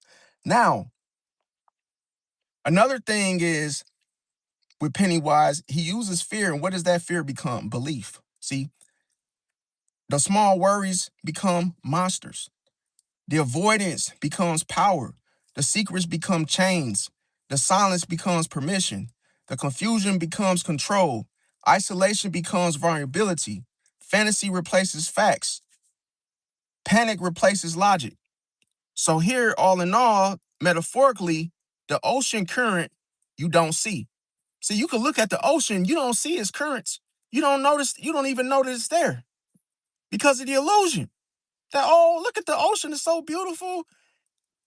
And that's why once you jump into that, hey, all of that goddamn water, once you jump into it, now you're like, yo, what the hell did I just do? See, now you notice once you're in it. Once you fell for the illusion, now you notice that it's moving you. It's cold blooded. It was moving. See, once you did not know that it was an illusion, it becomes a trap. It's the trap. So once you don't know that it's already moving you towards it. And look, it reminds you, to see the illusion reminds you that you must wait and realize and notice and recognize what your eyes are really seeing. See, once you notice, you're like, yo, you have to know what you're actually seeing before you jump into situations. Oh man, this guy wants to sell you some shit. Know what you're getting yourself into other than what he's saying. See? Because you just go along with it. Guess what's doing that? The illusion. You're falling for the image. He gives you a business card, and guess what? You get scammed. And you didn't see the scam because you fell for the image. You fell for the illusion. And you didn't know the whole time that was moving you towards the trap. Once you fall, I'm gonna tell you, once you fall for the illusion, guess who's next? The facade. And guess what happens? Once the facade meets you, you get deceived. It's almost like a door, it's like a room with two doors. The first door is the illusion. Once you fall for the illusion, okay, move on, carry on, go, go, go, go, go. Next thing you know, the facade. Hey, how you doing? Next thing you know, you get deceived. And then the trap. Boom. Is there any way of getting out of that shit? No, it's too late. You were never supposed to walk through that first door. But let's say a person that actually waits, they actually get to know more about what they're actually seeing. Knock, knock. Oh, this is the first door. Hi, I'm the illusion. Um, hey, let me do some research. I'm not sure about this. Honey, are you seeing what I'm seeing? I'm not sure. Okay, well, we'll come back. We'll come back. That's a better way to handle things because you just jump right through it without questioning it. You might not come back the same way you went in. Just telling, just keeping it real. Now, I'm gonna tell you another thing. Once you realize that illusion is moving you, okay, because that's what it's gonna do. Then the outcome of this is unnoticed influences start to shape decisions. All while by shape shifting, all while, see, you don't even know that all this is happening when you first look at it, when you first seen the situation. Because one thing you got to know, things that, put it like this, the things that you can see, that's one thing. But also there are things that you can't see, which is unseen. So when we look at a person, we see what? The image,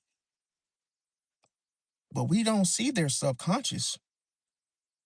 We don't see the unseen. We don't see oh, but guess what? Everybody hides things in a drawer beneath the surface of what we call what? The unconscious mind. That's where the darkness comes from. Which, see, unconsciously you could be, oh, doing things. Maybe you have different lusts, different, desires. Oh, but if you did or partook in anything, guess where that gets stored? The unconscious mind. So imagine meeting somebody that's done some dirt. Would you shake their hand, become a friend? No. And you got to stop trusting the image of a person when they project onto you and put out that dark mirror and you think they're such a good person. The truth is, nobody is, bro. Nobody but Jesus. Nobody is perfect, bro. Everybody got demons. Everybody got shit going on, bro. And a lot of people partook in some crazy stuff that you probably, if you knew they did what they did, you wouldn't be talking to them. See, now another example is this. Metaphorically, the whirlpool, you think you're standing still. See, you might look in a situation where, oh, it's just a whirlpool and I'm just sitting in it. And you think, oh, I'm just standing still. But what you're actually doing is you're actually being pulled deeper into it. It's cold-blooded. See? So what ends up happening as a result is what? Those small problems, they become major ones. That's why I said when you look at something that's small, it's like, oh yeah, yeah, what is this? Okay. Then once you jump into it, oh, you think you're just standing and you're going deeper and deeper and deeper into it, then it's a bigger problem that you're faced with. Now, metaphorically, the echo chamber fears, or I should say, the echo chamber fear repeats itself. Remember, I said the pattern. See, you're supposed to recognize it when it first happens. But here, when you don't, that fear grows and grows and grows and grows and grows. See, all it does is loop itself because you got to end this cycle. And then on top of that, the mind starts believing it. See, because it's repetitive. So that's why people keep doing stuff that they know they shouldn't. And guess what? They follow the same procedure. They follow the same routine. They don't stop. They just watch. Oh, you know that if you go get an oil change at this place, they're gonna at Take Five or some type of mom and pop shop, and you know they don't do good work. Why are you taking your car there? This is a prime example. You're repeating the pattern. So you could be living your life repeating a pattern of trusting the wrong motherfucker. And just keep doing it over and over and then ending with what? The same goddamn result. See? Now, another thing is that metaphorically, the smoke screen. See, you focus on the distraction. And then on top of that, you end up missing the real issue. That's why when you're focusing, this is why the people say, when you got a lot to do, don't get distracted. A distraction could be anything.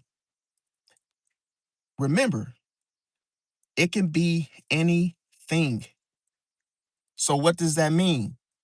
A fly can be a distraction, a phone call, a text message, someone, oh, Spectrum rings your doorbell. All of these could be distractions. It doesn't have to be what? A person. It can be an image. Oh, the kids want McDonald's. Oh, yeah, go pick them up. Or, oh, yeah, oh, the kids went to the park. The dog needs to go for a walk. The dog has to shit. Oh, all these little things keep your mind distracted. You're focusing on that now. But you got homework to do. You got to study for a test or an exam tomorrow. All these things move you into the directions. See, going back to what? You don't even see a distraction being distracting. You don't know how long you're gonna be doing that. Oh, go get the kids from McDonald's could turn into other errands and other errands. Oh, taking the dog for a walk could lead to something else. Then your mind, switches onto something different. So a lot of times this is what happened. This is what happens. And then on top of that, metaphorically, the marriage looks real from a distance. That's why you can hear something. Oh, yeah, they got a deal at McDonald's. You can get 2 fish for $5. And then you get there, and guess what? That deal wasn't at that location. But from a distance, oh, I thought it was going to be all, you thinking all McDonald's has that deal, only to be disappointed later. See? That's why you got to call. Call, hey, do you guys got that 2 for $5? No. Okay, thank you. Boom. That just saved you a trip. See? Now, on top of that, the puppet strings, okay? Here, you could be thinking that you free while being influenced. It's cold-blooded, bro. That's why I tell people, somebody could make you feel like you're choosing when you're not in control because you're influenced. You could be doing all the talking. You could be the one that's making the decision. That person might not say nothing, but guess what? They gave you a menu. Influence. See, you got to be the one to look at the menu and say, okay, well, I'm gonna go do some research and find out if the foods is really good before I buy something. But some people think they have to buy something because they're given a menu. So what does that say? People are easily influenced. Easily influenced. You could have your mind set on, oh, I don't need no name brand car. I just need something to get from point A to point B. But wait till you go to that car dealership and that little guy runs outside. Oh, I got the car you want, and guess what? He's trying to sell you something you don't even want, something you wasn't looking for. But now because you looking at the suit that he's in, you're captivated by all these distractions. You get something, you drive off in the car that they had for you. You got influenced to buy that car. It wasn't something you wanted. See? Now, when it comes to the haunted house, okay, the outcome of this is the fear of entering certain areas of your life. See? And then on top of that, you can experience the broken compass where you start to lose direction. See, that's the thing with illusions and images, it throws you off course. Now, The problem is you could get trapped in these mental loops. And then I'm gonna tell you, why do people fall for the disguise? See, it's not, I'm gonna tell you, not recognizing the true problem. That's how you fall for the disguise, aka the mask. See, and then the mask itself is what? It's judging by appearances. When you fall for the mask, this is what you're doing. Oh, just because that person was dressed to impress, they had a suit on. Oh, you fell for their mask. They deceived you. Oh, just because, Tom had a suit on for his interview. Oh, he looked it nice. Oh, he was dressed so well, whoop de woo. Dressed for the occasion, whatever you want to say. But his disguise got him the job because the people were what? Judging him by his appearance, not knowing he was wearing a mask. That's the mask, see, itself. Now, the shadow. The shadow is running from what follows you. Reputation, what you're known for. Oh, you don't think that stuff, oh yeah, it follows you. Because that's, like I say, the shadow is the shadow side of you. So if you got any type of thing that you do with which what carries a reputation, that's what you're known for. But a lot of times when you know you have a bad reputation, what do you oftentimes like to do? See, what do you like to do? You like to make it seem like, that you try to hide it. You try to put a mask on it. See, you try to mask it. So that's the shadow. The shadow is what follows you. Now, the trap door, excuse me, the trap door I'm gonna break it down for y'all. The trap door is the sudden emotional collapsing, okay? It's the sudden emotional collapse. So here, it's like a person eventually breaks down. When you don't fall for the first thing that's presented to you, usually the whole thing falls apart. Why even have the second door of the facade when you didn't fall for the illusion? You didn't buy the image. See? So the moon, and now I'm gonna talk about the moonlight, okay? The moonlight represents everything looks different in the dark. See, that's why once that darkness hit, you can't even make sense of what you're seeing now because you already fell for the image. You fell for the illusion. So the facade could be a different mask. Now in the dark, it looks like something different, but it's still a mask. See, keeps you from knowing what? The truth. So it's like if a person doesn't get you with that illusion, the image, then they're definitely they're gonna get you with the facade. So it's like you gotta have that clarity, that wisdom. You gotta have that patience. Now, when it comes to the storm cloud, what this means is expecting disaster before it arrives. See, a lot of people know that they already know what to expect when they've made a bad decision. Okay, it's like, oh, that was the wrong thing to do, so now we're screwed. That type of situation. Now, when you look at the deep water, some people have a fear of what's beneath. See, so they end up trusting what's above. They end up trusting, what they see instead of what's underneath. See, a lot of people try to escape things. You see, a lot of times people know, oh yeah, if I do this, then yeah. They try to focus on just the good thing, but they know it's something underneath it. So it could be a person that knows and just doesn't follow. They like, oh no, I'm not doing that, or oh, I'm gonna just do something even though they know that it's not that. See, they'll sign up even though they know it's corrupt or that they shouldn't do it. And see, the broken mirror represent distorted self-image. When you look at the flood, what does that represent? Emotions overwhelming logic. So, so like I say, there's different examples. Now, here's the thing. Another thing to look out for is the spider's web, okay? A lot of people don't know what the spider represents. Now, The spider can represent a Jezebel spirit. Now, that's going into a different, topic, different lane. But the spider's web, it means that the web of lies. See, you could get caught up in one lie leading to many. That's what we call being caught into a spider's web. Some of you may have had dreams of spiders. And that what that means is that you're supposed to be it's somebody among you that is lying to you. And you probably are trusting them. So that's why you having a dream of a spider. See? Now you might see snakes in your dream. That means something. Everything you dream about means something, bro. Don't never think that, oh, when I'm asleep, I'm asleep. No. When you dream, when you dream of things, write them down. See? Because those dreams that you have are answers to the waking life.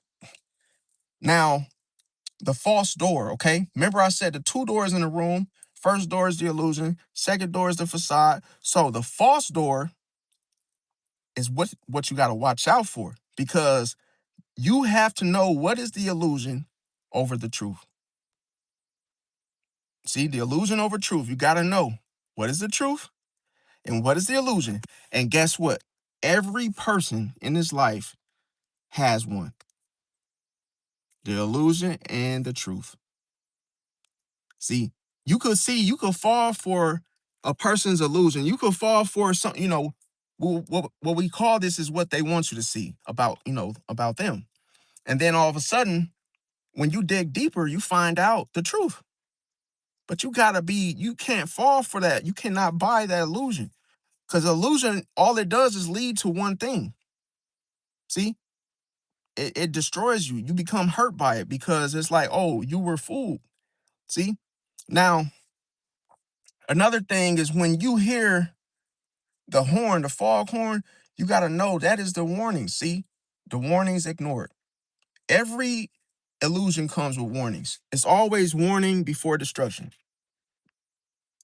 The thing is, not many people believe that. A lot of people don't use it.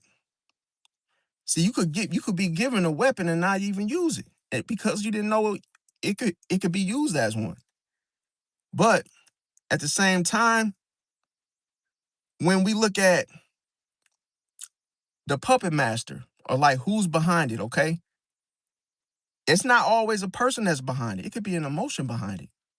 Fear could be controlling the choices. That's what we call the puppet master. People could literally sit there and use fear to control, oh, what should I do? Making a decision out of fear, in other words. See, the bottomless pit, never feeling satisfied. So even if you have your desires, some people might have a man, a husband, for a woman, and then all of a sudden they still have to have a vibrator and, some skin, branded type of situation, because, it's not enough. It's never enough. When it's not enough, it's never enough, because you have to be satisfied and content with what you have. But when you want more and more and more and more, guess what? The bottomless pit, bro. You could be rich, have a mansion. Now what do you need? Oh, I want to get this. I need a boat. Okay, you get a boat. You get a yacht. Okay, I got a yacht. Now I want this. You get that. You want this. You want a Ferrari. You want a Bentley. Guess what? The list goes on and on and on and on and on. And then all of a sudden you realize, once you get the 2021 or the 2006 Lamborghini, guess what? 10 years later, you don't want that. Now you want what's the latest greatest. You get the latest greatest. Now you don't want that. This is a looping pattern of you just constantly what? Not feeling satisfied. Materials cannot satisfy you. You have to get something and be content with it. You got to say, okay, I'm going to buy one and that's it. Only need one. That's it. Because guess what? You fall into that bottomless pit, you will never be satisfied with anything until you have nothing. Until you have nothing left, and then you have to accept it. That's dangerous. Oh, because I know people that have stories like that. Oh, I was wealthy and I had all of these things and I had that too and this and that. And guess what? I went bankrupt because I kept buying shit. Never satisfied. You cheat on your husband, you cheat on your wife. You cheat on them because what? Somebody's always making you think it's something better out there, including yourself. So you go out there and cheat only to find out that you're never satisfied. You get the very thing you want, and guess what? It's not good enough. Then you get something else and you don't, oh, I don't want this. I want this. And then you get that. Oh, you had a computer. Now you want a Mac. You get the Mac. Now it's like, oh, now I want that PC again. Now you just keep, it's just a loop. You just keep doing the same shit. You just keep buying shit just because. And it's like, what are you buying it for? Oh, well, I don't know. I just want something new. And then after that, 3 weeks later, you want something else. It just keeps going and going and going and going and going and going. See, now another thing is the drowning swimmer. Okay. What this means is that what? A person that is fighting panic instead of floating. See, once you start panicking, you start to drown, bro. You're panicking over nothing. See, you panic because of the fear of. And sometimes you create the things that you're afraid of without even knowing and realizing it, that you're manifesting these things in your life. Now, the tide is when you're facing the reality and it starts eventually returning. See, sometimes you could even, this is what, bro, if you try to escape reality, guess what's going to happen? Do you think you can outrun reality? Do you think, oh, if I go 500 miles to a different state, oh, you think you can escape from reality? No one can. When you do this, I'm going to tell you, the tides always return. So what this means is that reality eventually returns. So you did all that running around for nothing because you cannot escape reality. You can't. No matter how bad you want to avoid it, it's always going to return. Could you imagine? Could you imagine an ex that you absolutely can't stand, and you try to run from her, right? And then she returns. It's like, damn, you jumped around 5 states, and then she caught up with you. That's like reality. Reality is like, oh man, the very thing you do not want to accept keeps following you, and you're like, damn. I just got away from that shit. Now I'm facing it again. That's why you have to accept it, bro. You can't run from it. When it's harsh, you just gotta accept it, bro. You learn to manage it like stress. You learn to manage it. You can't run from stress. Anything can make you stressed out. Listen, you could become stressed by looking at TV, being on a computer, being on the telephone. Any little thing causes a little stress. The problem is when it stresses you out. See, worrying, anxiety, those things, depression, that stuff stresses you out because you're stressing. That's why you're supposed to stay calm and relaxed and, think about good things. And see, the balloon effect is this. And these are all the effects of Pennywise, not to mention. A lot of y'all thought I was talking about something completely different. I lost a lot of y'all. You want to know how? I'm going to tell you why that happens. Me already talking about Pennywise and his illusion, bro. Already threw y'all off with his illusion. It's his illusion. That quick, you probably everything I mentioned, the tide, everything. Oh, what is that for? What is that? It sounds interesting, but do you know what I'm talking about? That's how fast a person can literally like become hypnotized, distracted, or just because they're not listening. See? The thing about it is the balloon effect is this. The metaphor behind the balloon effect is a balloon only rises because it's full of air, bro. That's the only way it rises because it's full of air. That's it. So Pennywise looks powerful. But when you really look at him, he's just a balloon full of air. Do you, man, listen, bro. Do you know this is what people fear? People fear things, and all it really is a balloon full of air, bro. You made it into something bigger by the attention that you gave it. And you made it a thing. You created it with your own mind. You manifested the outcome. But all it really is, the truth is, aside from the illusion of what you see, is that it's just a balloon full of air. That's it. That's all it is. A balloon full of air. That's why you're not supposed to walk in fear. Because you're afraid of something you created. It was never meant to be more than what it was. You made it that way. Because you gave it energy. You made it see, that's what I'm trying to tell y'all, bro. You made it that way. When you put energy and your attention into things too much, just, oh, look at this. Oh, I'm afraid. Oh, bro, you made it bigger than what it really was, bro.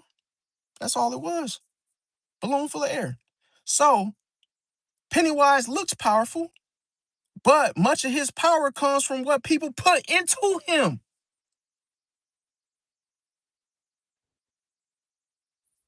See? So the illusion is always being what? Fed, bro. Fed. It's always being fed. And then the illusion gets stronger. See? And then on top of that, what is the outcome? The more fear people feed him, the bigger he becomes. But what the truth is, he's really nothing but a balloon full of air. It's cold-blooded. See? Now, the lesson behind this, as it relates to Pisces, okay? Pennywise isn't just a clown, bro. He's a symbol of what happens when the illusion becomes stronger than reality. See, this is why a lot of people fall for the okie doke. This is what we call the okie doke. The okie doke, I'm not talking about popcorn. I'm talking about the illusion. You fall for the game, you fall for the symbol, you fall for the very thing that you are not supposed to fall for. And the thing about it is, the illusion becomes what?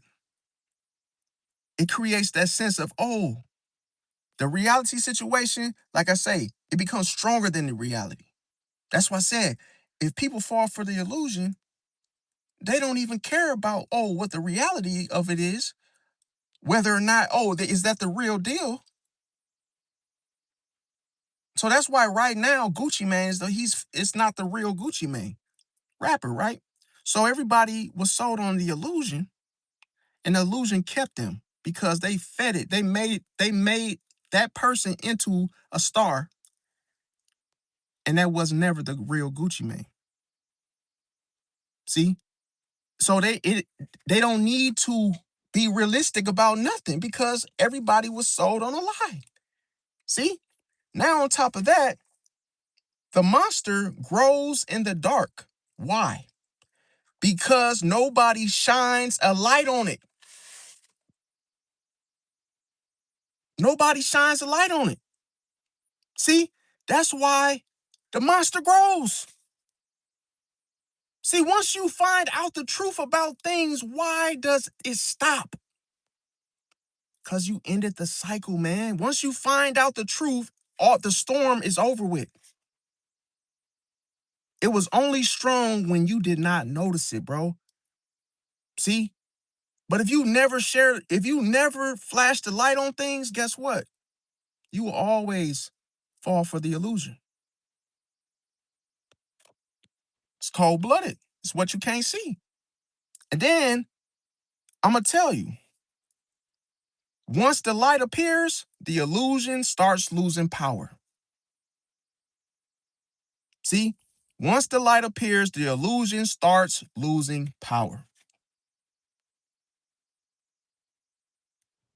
And I'm going to tell you, the light represents the truth and nothing but the truth. I said this. You cannot control the truth. Only thing you can do is accept it because the truth is what? Reality. It's cold-blooded. Appreciate the gift, Susie Bear. Appreciate that. Um, okay, so another thing is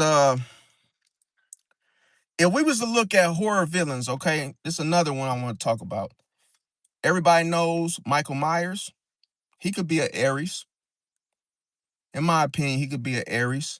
Why? Because he's direct, relentless, and he charges forward. You never seen Michael Myers charge backwards. Every time you seen him in the movie, he's coming at you. Aries, all day. Okay. Metaphorically, a battering ram. See, you can compare him to a battering ram. Now, an example is he doesn't waste time talking. I've never seen I've never seen Michael Myers talk, bro. Never. So what does that tell you? Ain't no talking. All action, right? Now, the outcome is that how does he get his opponents in such a way is because what? He overwhelms them through persistence. It's cold-blooded. See? Now, Taurus, what horror villain will we compare him to? Leatherface. Okay? Leatherface, I'm going to tell you why. Because he's territorial, stubborn, and he protects what belongs to him. See? Metaphorically, we could compare him to what? A bull guarding a field. So the outcome of this would be what? The whole mere fact that he's hard to move once committed. It's cold-blooded. Now, the Gemini, what horror villain will we compare Gemini to? Ghostface, okay?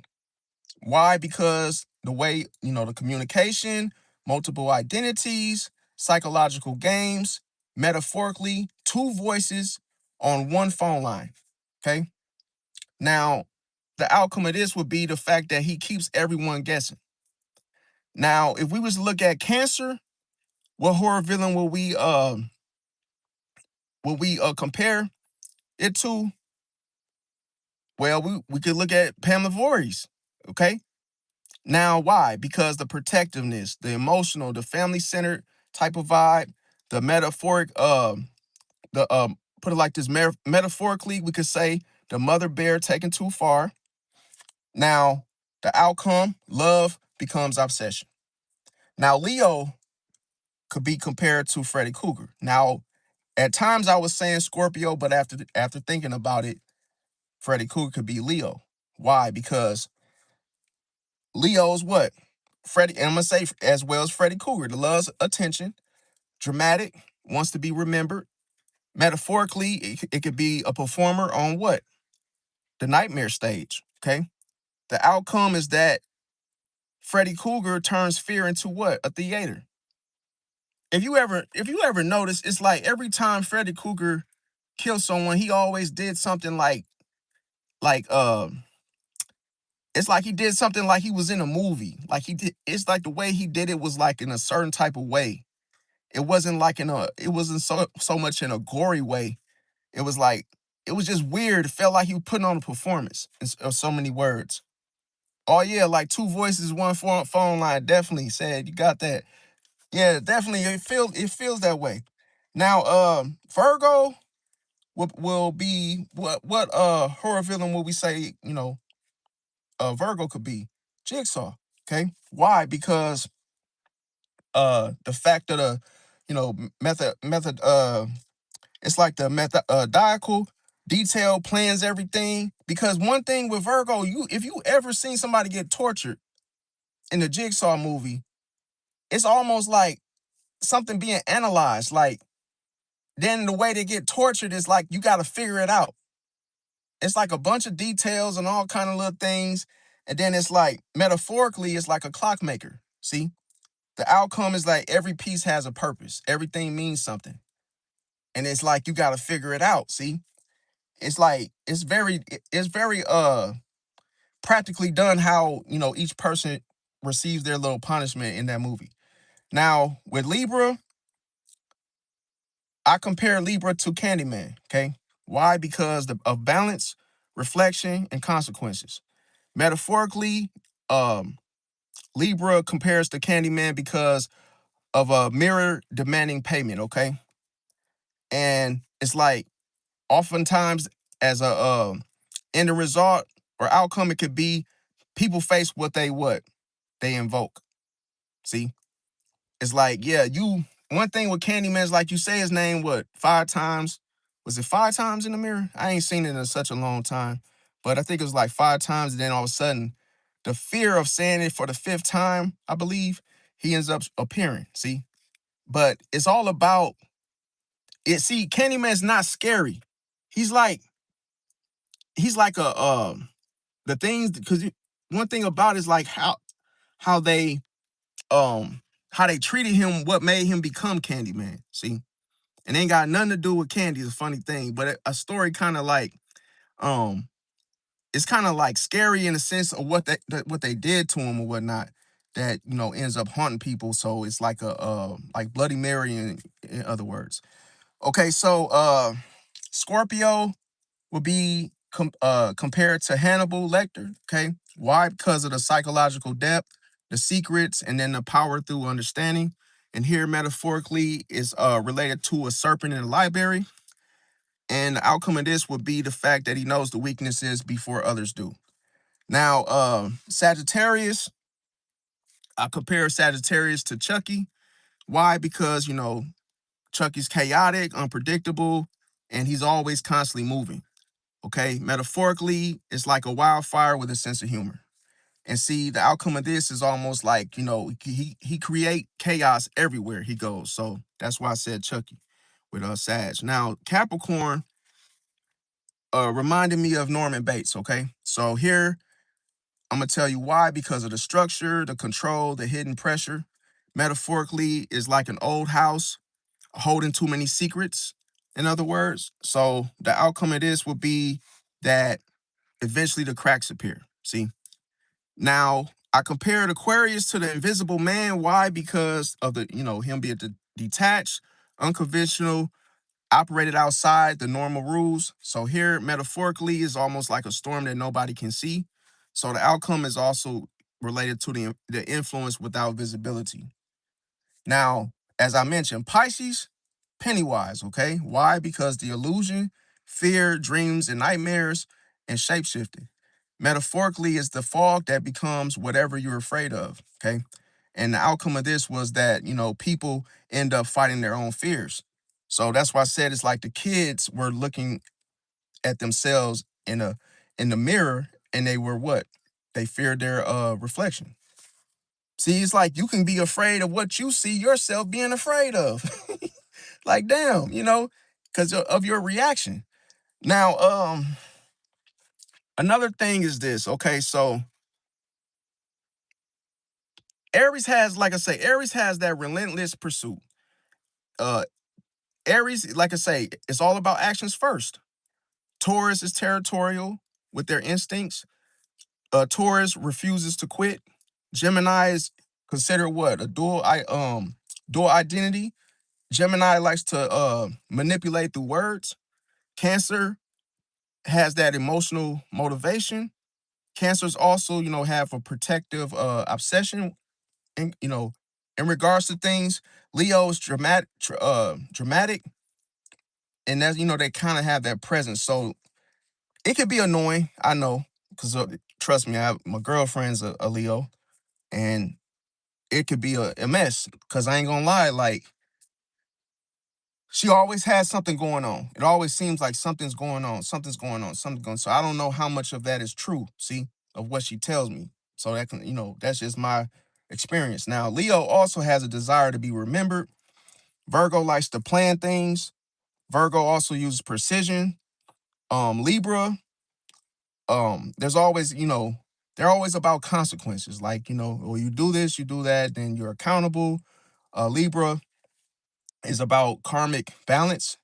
Scorpio is about secrets. Scorpio is also about psychological warfare. Sagittarius is about chaos. Sagittarius is unpredictable.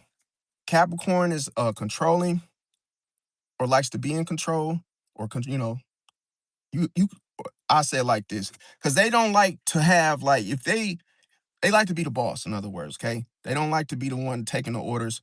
Capricorn can be patient. Aquarius has that they use the unconventional tactics. They could be detached. They can also be mean. Pisces, the illusions come with Pisces, fear symbolisms.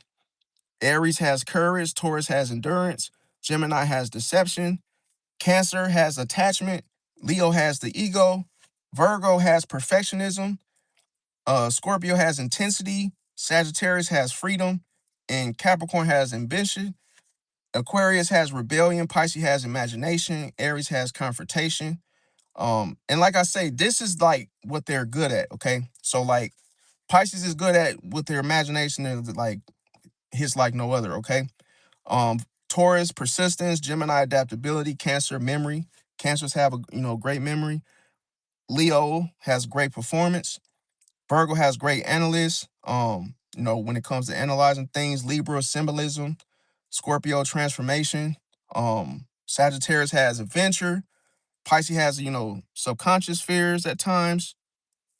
Aquarius has innovation. Scorpio has hidden motives. And Pisces does, they can dissolve reality into nightmares. See? So it's just like I say, that's just my little spiel on, horror villains as zodiac signs. Okay. So that's one thing. Now, one person that I left out is Jason Voorhees. So with Jason, in my opinion, he kind of favored Taurus. Okay. Why? Because he's relentless, patient, he doesn't stop, and he's extremely stubborn. See, metaphorically, you could look at Jason as being a bulldozer. Like, and one thing about it is that you don't argue with a bulldozer. You get out the way when it comes at you, and then at the same time, people run from you, people hide, people fight, and Jason keeps walking. See, so the outcome in that is the fact that his persistence becomes his power.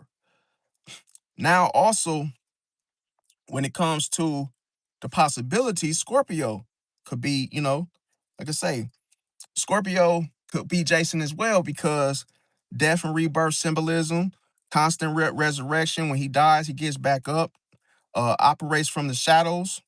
Metaphorically, could be a ghost that refuses to stay buried.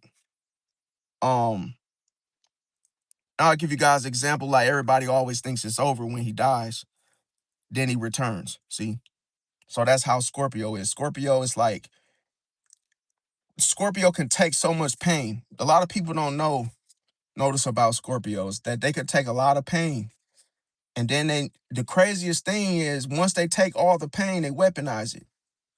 So a lot of times, if you were in the military, don't be surprised if a Scorpio was in charge of the weapons, or, the arsenal of weapons or whatnot. A lot of times they can take on so much pain and then they can thrive in it. The problem is that they use it to thrive with. It's like, you could you imagine going through heartache and pain only to use it later?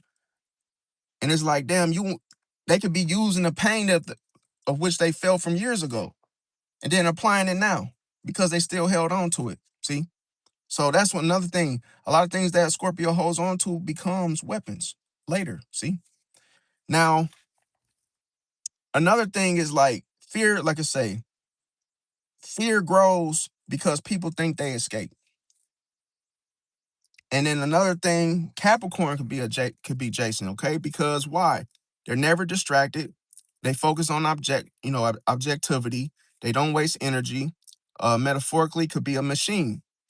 So an example of this could be the fact that, no speeches, no games, no drama, and then it's all about accomplishing the mission only. The outcome could be efficiency becoming, terrifying. That could be the situation. Now, another thing is, let me see here. Let's look at if if there was a fight. Now I know this is kind of like far fetched, but if there was a fight between Jason and Pennywise, who would win? Okay, Jason, fear through reality. Uses the physical, the direct, persistent type of energy or vibe. Metaphorically, it's like the train coming down the tracks. Pennywise, fear through what? He's fear through illusion, psychologically, symbolically, shape shifting. And see, it's like, what do you guys think? Like I say, it'll be a good fight though, but it's like this. It could be a situation where the fog can make you think the train is there. See, it's like it could be real confusing, but that's why I say that's what the illusion does. It makes you question it. It's supposed to make you question it. Cause it's like you gotta know like what's the truth, and then what do you see? I'm gonna tell you the reason why it's so hard to see through an illusion, okay? It's like this. It's what you want to see because it feels safe, it feels comfortable. And then a lot of people don't like to challenge what they see. They don't like to rock the boat. They don't like to, you know, ruffle the feathers. They don't want to challenge what they're seeing. See? And a lot of times they just, break down, cave in, and just accept what the person is telling them, see, or showing them. So a lot of times that's why I say, like, if you put it like this, if a salesman was trying to sell you something that you didn't want, and he keeps following you, and he keeps like being pushy, and then like let's just say you you could you're showing signs that, hey, I don't want it, I gotta think about it. Like, I ain't gonna lie, Spectrum, I hate when these people come to my house, man. Spectrum came to my house and he was persistent. He was very persistent. And he was not like when I was saying no, no, I already got AT&T. I'm like, no, I don't need Spectrum. He's like, but he just kept talking, bro. I was trying to eat my tacos, bro. My food was getting cold. I said, yo, bro, no, thank you. He kept, but here's the thing though, because the different who do you have right now? I'm like, bro, stop, bro. But this dude was just still going, bro, still going. And I'm like, bro, what the hell is wrong with this dude? And see, the thing about it is people have learned that if I keep bugging you, you'll just cave in and buy it just to get rid of me, right? And see, the problem is he was working his illusion. No matter me saying no, he did not want to accept it. See? So he started trying to override the situation. I believe I said no about 50 times. And this is how I got him. I said, do you have a business card? He said, yeah, but I want to tell you this though. And I said, just give me the business card, bro. And then I said, all right, if you don't give me the business card, I'm closing the door. I said, I've said no several times. No, thank you. No, thank you. No, thank you. He kept talking. What did I do? I shut the door and locked it. Sometimes you have to, bro, even if a person is trying to like literally make you do something, you have to end the cycle. Shut the door, lock it, go back to what you were doing, eating, whatever. Cause what you gonna do? What you gonna do? You gonna break my damn door down and try to make me buy Spectrum? Cause guess what? If you got to be forcing somebody to buy something, Spectrum, it must not be good, bro. That's what I'm saying. If you gotta be like somebody telling you no 20 times and you still pushing, it ain't that good, bro. Because guess what? People that actually have like a good thing going, they're not trying to force you at all to get their stuff. It's almost like, hey, would you be interested in such and such? No, thank you. Okay, have a good day. They already know what they got that is worth something, that is worth it. But anytime somebody just keep hounding you and keep coming to you with this something you've already said no about, it could be anything. Guess what? You have to, if you don't want it, close the door. Because I'm telling you, people, like I say, have learned that, hey, if I keep on nagging you, you'll just break down, cave in, pay for it just to get rid of me. And never tell those type of, I'm not like sponsoring or I'm not like hating on them. I'm just saying, like, never tell them, those type of salesmen that are pushy, oh, come back tomorrow, come back later, because guess what? They'll come back. Those guys, they get very, very like persistent. And then I was wondering how he got to my house because it was raining.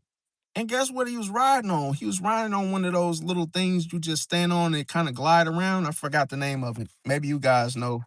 But it was like he was just hovering, hovering around like the Jetsons. He was just hovering around on that little thing, the little standing thing. And in the rain, he was literally, man, he was he was literally riding that thing like a damn, like he had his license or something to that thing, because he was literally like gliding down the street, and it's pouring down raining. But anyway, another thing is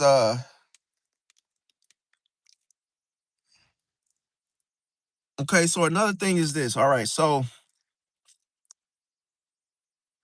okay, so I was gonna talk about like the different moon signs. So just briefly, the basics as we know, the sun sign is your core identity, which represent ego, the life path. Your moon sign is the emotional reactions, your instincts, and your inner world. And like I say, when we talk about degrees, they're uh they're referring to where a planet falls, from 0 degrees to 29 within the sign. So just a little bit about the basics. Okay, so when we talk about like degrees 0 through 9,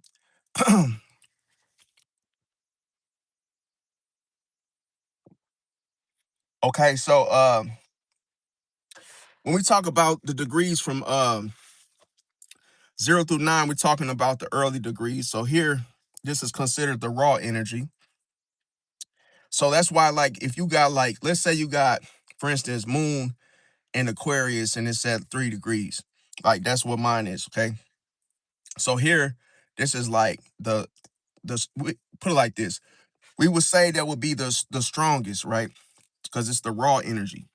Now, if it's 10 degrees through 19, it's the middle degree. So that is considered the balanced energy. And then if it's at 20 degrees to 29, then this is considered the late degree. So this will mean that it could be more mature or intensified of an expression. Okay. Now, so let's say you got Pisces sun with Aries moon. Okay. So the good thing about it, you could be a courageous Pisces. You also can act faster than most Pisces. But the challenges are the fact that you could be emotionally impatient. And metaphorically, how this looks is a fish with a flamethrower. Okay. Now, this is just my little twist of me breaking it down. This is not like everything that I tell, like everything that I discuss, I do it in my own way. So that way it's like, I know as long as like I say, if it resonated, it resonated, in other words. Now, if you have Pisces sun, Taurus moon, the good thing about this is that you could be emotionally stable, loyal. Now the challenges that you could face the most are being, stubborn, having stubborn feelings. Now, metaphorically, this would be a fish anchored to the ocean floor. Okay. Now, if you got Pisces sun, Gemini moon, the good thing about this, you could be a fast thinker or you could be a, great communicator. Your challenges is overthinking. So here, metaphorically, could be a fish with two radios playing at once.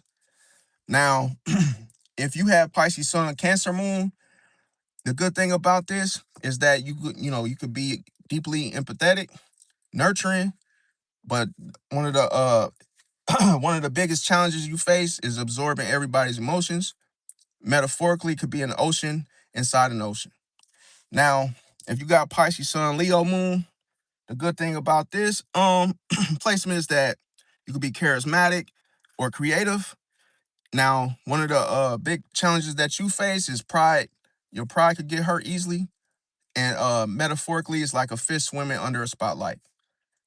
Now, if you have Pisces Sun, Virgo Moon, the good thing about this placement is that you could the intuition. You will have the intuition plus that the analytical side, and then one of the biggest challenges for you is constant self criticism. Metaphorically, could be a fish carrying a calculator. Now, I know that sounds kind of funny, but yeah. Uh, if you have Pisces Sun, Libra Moon, the good thing about this placement, you could be diplomatic and charming. Now, one of the biggest challenges for you is being indecisive. Metaphorically, it could be a fish, like I say, put it like this. Metaphorically, it could be a fish trying to balance on the scale, okay? Now, if you have Pisces Sun, Scorpio Moon, the good thing about this placement is that you can have a powerful intuition. You can have emotional depth. And the biggest challenge for you is the intense emotions that you feel. Metaphorically, a fish swimming in the deepest trench of the ocean. Now, if you have Pisces Sun, Sagittarius Moon, the good thing about this placement is you could be adventurous, philosophical. Now, the biggest challenge that you face is relentlessness, and see, metaphorically, a fish trying to explore every ocean. Now, if you have Pisces Sun, Capricorn Moon, the good the good the good thing to this placement is that you could be disciplined, responsible, but your biggest challenge is difficulty expressing your feelings. So metaphorically, a fish building a castle underwater. Now, if you have Pisces Sun, Aquarius Moon, the good thing about this placement is that you could be independent, you could be a visionary. The biggest challenge for you is detached emotions that you experience, and metaphorically could be a fish, like I say, studying the ocean from above. Now, if you have Pisces Sun and Pisces Moon, the good thing about this placement is you could be extremely intuitive, creative, compassionate, and some of the biggest challenges for you are escapism and emotional overwhelmingness. So metaphorically, two fish swimming in the same dream. Now, degrees, I'm gonna break it down. Okay. The degrees for Pisces Sun, if you got uh 0 degrees Pisces, the metaphor for you is the first drop of rain. Okay. Now, if you have 5 degrees Pisces, metaphorically, a river learning where it flows. If you have 10 degrees Pisces, metaphorically, a fish discovering deeper water. Now, aside from the metaphors, like I say, I could give you guys like in a simple form. And I like I say, I do that. Matter of fact, I do it to well, it's already a new day. It's 2 in the morning where I'm at. So yeah, I do the live breaking it down. But I like to use metaphors because a lot of times it's like some people get a better understanding. Okay. Now, so let's say it's okay, so if it's 10 degrees, I believe that's where I was at. So if it's 10 degrees Pisces, like I say, metaphorically, a fish discovering deeper water. If it's 15 degrees Pisces, metaphorically, the center of the ocean. If it's 20 degrees Pisces, metaphorically, a tide that understands its power. If it's 25 degrees Pisces, metaphorically, an old soul carrying many stories. And if it's 29 degrees Pisces, then this is where metaphorically where the final wave becomes the shoreline. Now, a lot of times astrologers, they often view 29 degrees as intense because it's the last degree of the entire zodiac sign. Now, if you I'm gonna tell you, like, now these type of placements, like I say, if you have these are considered the strong Pisces Sun sign combination. So if you got Pisces Sun, Scorpio Moon, that's a strong placement. Pisces Sun, Capricorn Moon, Pisces Sun, Taurus Moon, Pisces Sun, Aquarius Moon, and Pisces Sun, Cancer Moon. Now, the most emotionally intense placements are, or combinations, I should say. Pisces Sun, Scorpio Moon, Pisces Sun, Pisces Moon, Pisces Sun, Cancer Moon. Now, the most independent of placements and combinations is Pisces Sun, Aquarius Moon, Pisces Sun, Capricorn Moon, and Pisces Sun, Sagittarius Moon. So that's my little spill on it. Now, when it comes to like cusp, okay, for example, like Aquarius, Pisces cusp, that could be around February 15th to February 21st. Like I say, the dates could vary by year. Now, metaphorically, could be a scientist standing in the ocean. Now, as you guys know, Aquarius basically consists of logic, independence, and innovation. Pisces, intuition, compassion, imagination, and like the traits could be, thinking deeply and feeling deeply. Can also seem detached one minute and then emotionally next. It's like, they can be experience that duality. See, it's like experiencing two things at once. That oftentimes lead them to being misunderstood. They can have strong interest in spirituality, psychology, or just, unusual topics. Now, if you have a Pisces Aries cusp, that could be around March 17th through March 23rd. Metaphorically, a fish carrying a sword. Here is when Pisces basically consists of sensitivity, being observant and intuitive. Now, with the Aries, is basically consists of boldness, directness, action oriented, and then the traits here are you could be more assertive than most Pisces. You can act on intuition quickly, and you don't always stay quiet forever, and you can go from calm to confrontational, fast. Okay. Now, I'm gonna tell you what most astrologers don't mention. Okay, and this is in regards to modern astrology. Okay, you are not actually two sun signs. All right, your sun sign is either Pisces or Aquarius or Aries. In other words, so there's no official half Pisces, half Aries. Because a lot of time you do hear people saying that. Now, if you ever heard somebody call, appreciate that, Sedona the Star. Um, if you've ever, okay, when you hear people say, it's a cusp, okay, what they're usually saying that it's a sun. Put it like this: a sun near the sun. Excuse me, guys. A sun near the sign boundary. Okay, now it's where other planets influencing the chart, and it's also the person's rising sign, moon sign, Mercury, Venus, etc. Okay. Now, when it comes to degrees and cusp, 0 degrees Pisces, first degree of Pisces, like I say, metaphorically, the first wave entering into the ocean, and that's oftentimes described as what pure Pisces energy. Now, Aquarius 29 degrees is the last degree of Aquarius, metaphorically, the final lighting bolt before entering the sea.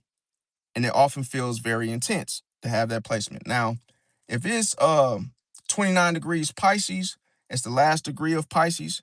Metaphorically, it's the last fish before the entire zodiac starts over in Aries.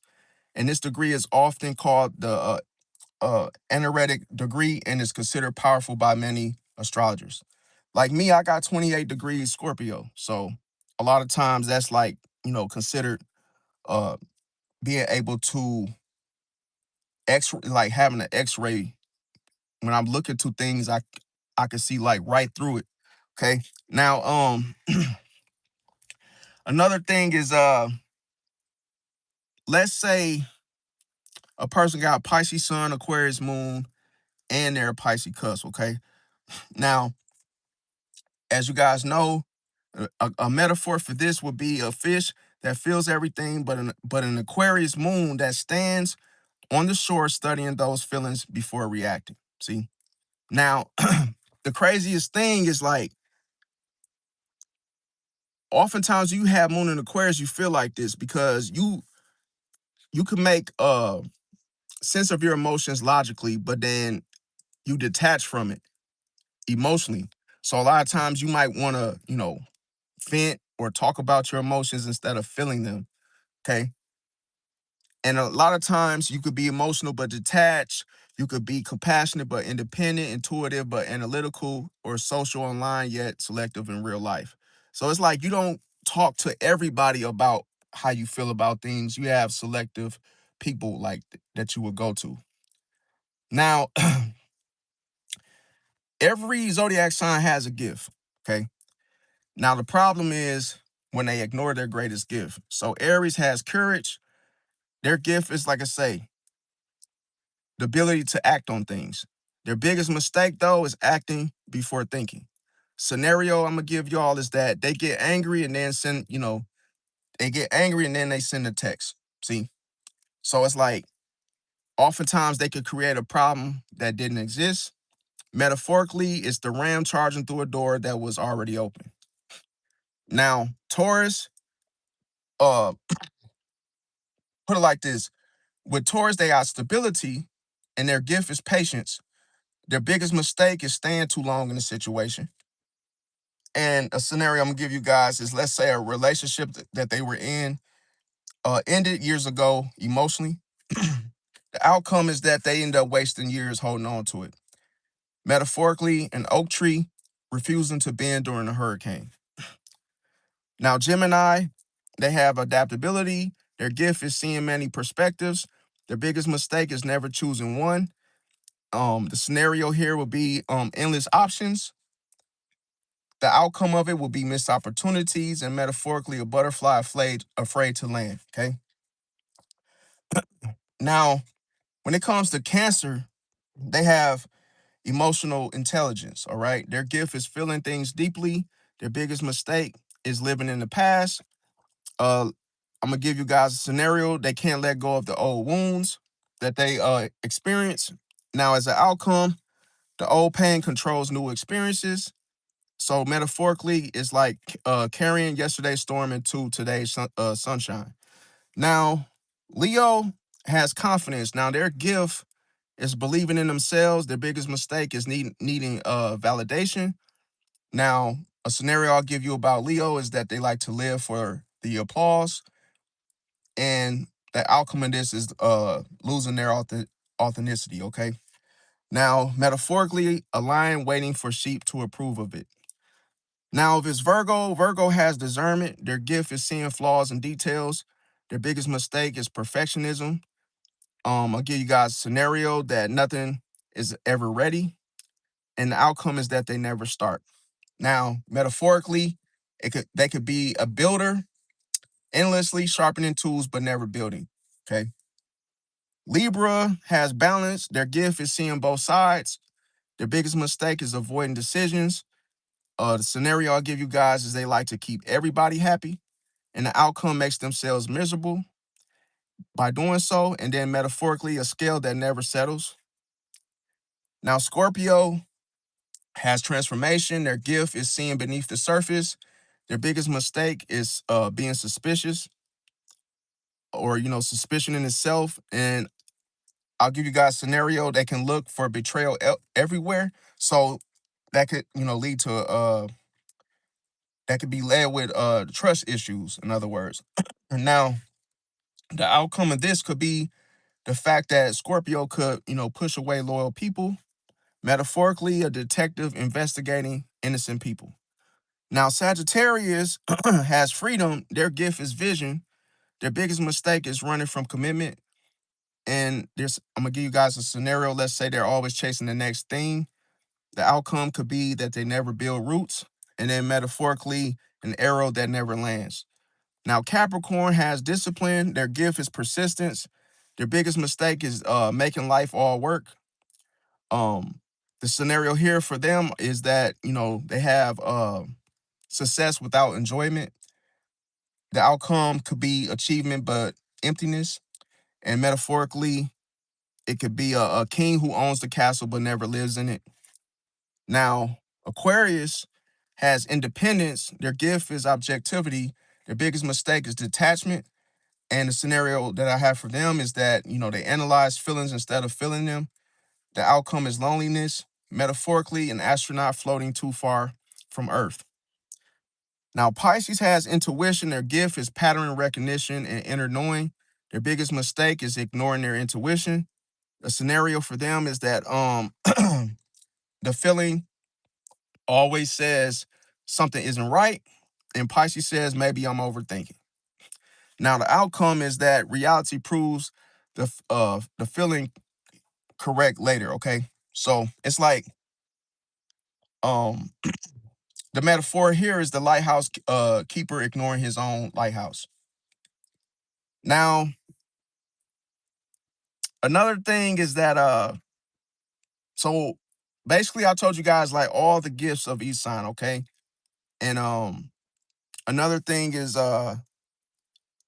when you don't use these gifts, this is when it does you a disservice, okay? So Aries, they have courage, uh Taurus has endurance, Gemini has adaptability, Cancer's gift is empathy, Leo's gift is confidence, Virgo's gift is discernment. Libra's gift is balance. Scorpio's gift is transformation. Sagittarius' gift is vision. Capricorn's gift is discipline. Aquarius' gift is innovation. And Pisces' gift is intuition. So now, metaphorically, every zodiac sign has a superpower. The downfall begins when they stop trusting that power. Aries stops trusting courage. Taurus stops, trusting patience. Gemini stops trusting adaptability. Cancer stops trusting their heart. Leo stops trusting themselves. Virgo stops trusting discernment. Libra stops trusting balance. Scorpio stops trusting transformation. Sagittarius stops trusting vision. Capricorn stops trusting discipline. Aquarius stops trusting their originality, and Pisces stops trusting their intuition. So that's often where your biggest lessons begin, when you don't trust your superpower. Now, one of the things is I'm gonna talk about all zodiac signs have, like, they make mistakes. All of us make mistakes. Now, it's almost like this. One of see one of the things, like with Aries, they have courage, but then their mistake is always charging before understanding. And many times they can charge into a situation, get arrested, and then all of a sudden they can realize what they did that was unnecessary. See, and they could create enemies like this, and then all of a sudden realize that, oh, it wasn't even necessary. Now, Aries, their power is action, so that's a good thing. But the mistake is acting emotionally. See, because that's out of their element.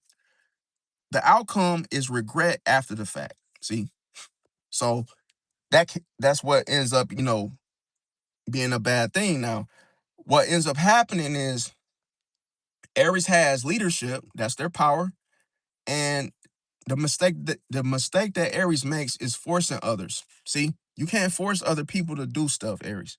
And see, the outcome is that the resistance grows.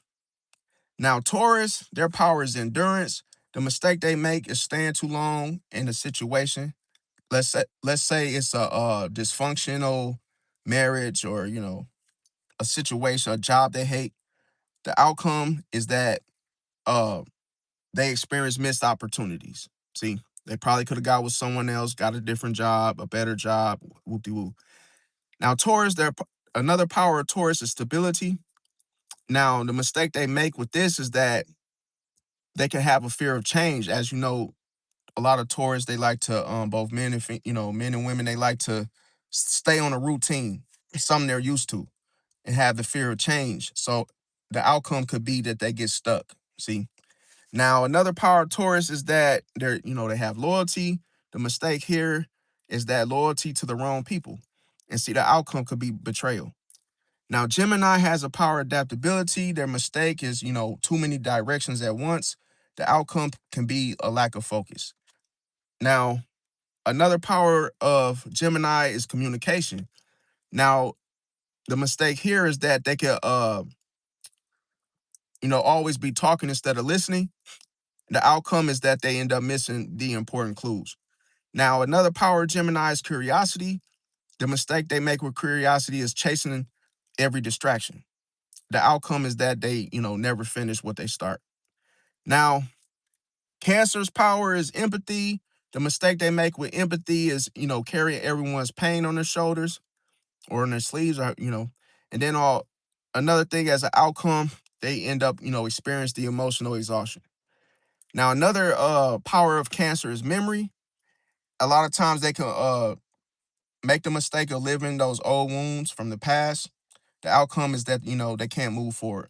Another power of Cancer is protection. A mistake they make with protection is smothering others. So the outcome could be, people pulling away from them. Now, Leo's power is one of their powers is confidence. The mistake they make with confidence is seeking approval, and the outcome ends up leading to them losing authenticity. Now, another power of Leo is pride, but pride could be make them make the mistake of refusing accountability. So the outcome could be, repeated mistakes. Now, another power of Leo is influence. So the mistake they can make with influence is making everything personal, and the outcome is unnecessary conflicts. Now, Virgo, their power is discernment. The mistake they can make with discernment is perfectionism. The outcome can lead to nothing gets started. And another power of Virgo is analyst. And see, a mistake they can make with analyzing things is overthinking, and the outcome becomes paralysis. Now, Virgos, another power they have is improvement. And a mistake they can make with improvement is constant criticism. And see, the outcome of this is damaged relationships. Now, Libra has the power of balance, and with balance, they can make the mistake of avoiding decisions. The outcome could be opportunities that disappear. Libra, another power of Libra is diplomacy. So here they could mistake people pleasing. The outcome is resentment by people pleasing. Now, another power of Libra is harmony.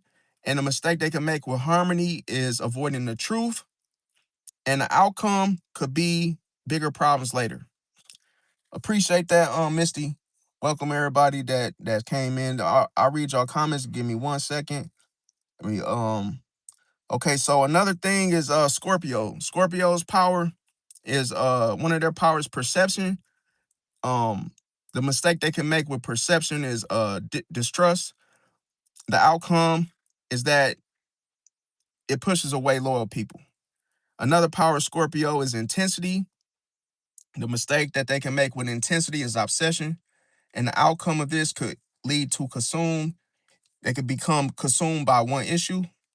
Another power of Scorpio is transformation. Another mistake that Scorpio can make with transformation is revenge. The outcome could, extend the suffering. Now, Sagittarius has the power of vision, and vision can make them make the mistake of running from commitment, and then the outcome could be, the lack of roots. Okay. Now, Sagittarius has another power of freedom, and freedom can make them make the mistake of avoiding responsibility. So the outcome can be missed growth. And Sagittarius has another power of optimism. A mistake that they can make with the optimism is ignoring the details. And the outcome of that can make them, you know, it could be preventable mistakes, in other words. So Capricorn, their power is discipline. And discipline, they can make the mistake of making life all work. The outcome is burnout. Capricorn, they have another power of ambition. A mistake of using ambition could be them, ignoring emotions. The outcome is isolation. Capricorn has another power of structure. The mistake could be rigidity. It's like to the point where they could become more rigid. In other words, I got a tongue twist, so it's hard for me to say certain words. So bear in mind. Bear in mind. Get it? But the outcome could be missed opportunities. Now, another thing is Aquarius. Aquarius has a power of innovation, and the mistake that they can make with innovation is emotional detachment. And then it can put it like this, it can lead to loneliness, okay? Now, another power of Aquarius is the power of independence. And with the independence, it can make the mistake of refusing help. The outcome of this could be unnecessary struggling, or just struggles in itself. Now, another power of Aquarius is objectivity. So they can make the mistake of, living only in the mind, the outcome is disconnect. See, now Pisces has the power of intuition, and with intuition, Pisces can make the mistake of ignoring it. The outcome could be reality proving it later. Now, Pisces has another power of compassion, and compassion could make the mistake of saving everybody. And the outcome of this is self-neglect. Another power of Pisces is imagination, and the mistake of using imagination could make them live a fantasy over reality, and the outcome is disappointment. Okay. Now, one thing to note is that Aries, the biggest mistake is fighting every battle because you can't whoop everybody, you can't win all the time, and the outcome is exhaustion. Because you can live your life fighting everything all the time and then just burn out. Taurus mistake is refusing to let go. See, because a lot of times they can stay in something that is not good for them. They can stay in a bad relationship, very, overdue, a bad job. It could be anything that, that they refuse to let go of, but this could also make them carry dead weight. See, now Gemini can make the mistake of changing too often, and the outcome of this is loss of trust. By them shapeshifting and constantly changing into something they're not, then they end up, not trusting anyone. Cancer, their mistake is, taking everything personally. So the outcome of this is that they could become emotionally overwhelmed. Leo, their mistake is pride over peace, and the outcome is broken relationships because a lot of times they choose pride over peace because, like I say, instead of them just, owning up to whatever it is that they've done or just simply being, accountable, they may revert to pride. See? Put their pride first before peace. So that can end up breaking, lead to broken relationships. Now, Virgo, their mistake is looking for flaws only. The outcome is missing the beauty of a situation. Only, being pessimistic and only looking at the bad side of things, the flaws. But if you're too busy doing that, then you miss out on the beauty of things. Now, Libra, their mistake is keeping everyone happy. The outcome is losing yourself because a lot of times Libra, cares about their image and how they look to others. So that at the same time they end up losing themselves because of it. Now, Scorpio, their mistake is holding grudges. The outcome is, of holding grudges is carrying poison. Now, Sagittarius, their mistake is chasing the horizon forever. The outcome is never arriving.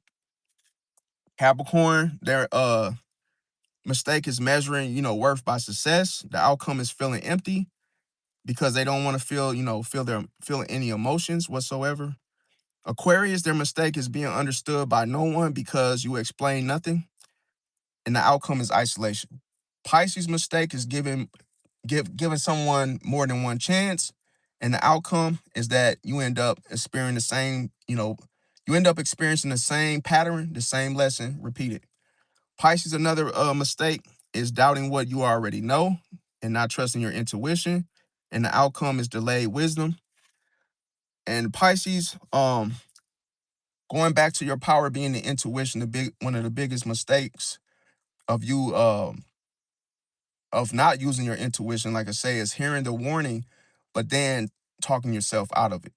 See, because this is the whole analogy is that the intuition is separate from the Pisces. So you have to separate the intuition Pisces because it is separate. So a lot of times you get in the way of the intuition because you're trying to make sense of it yourself.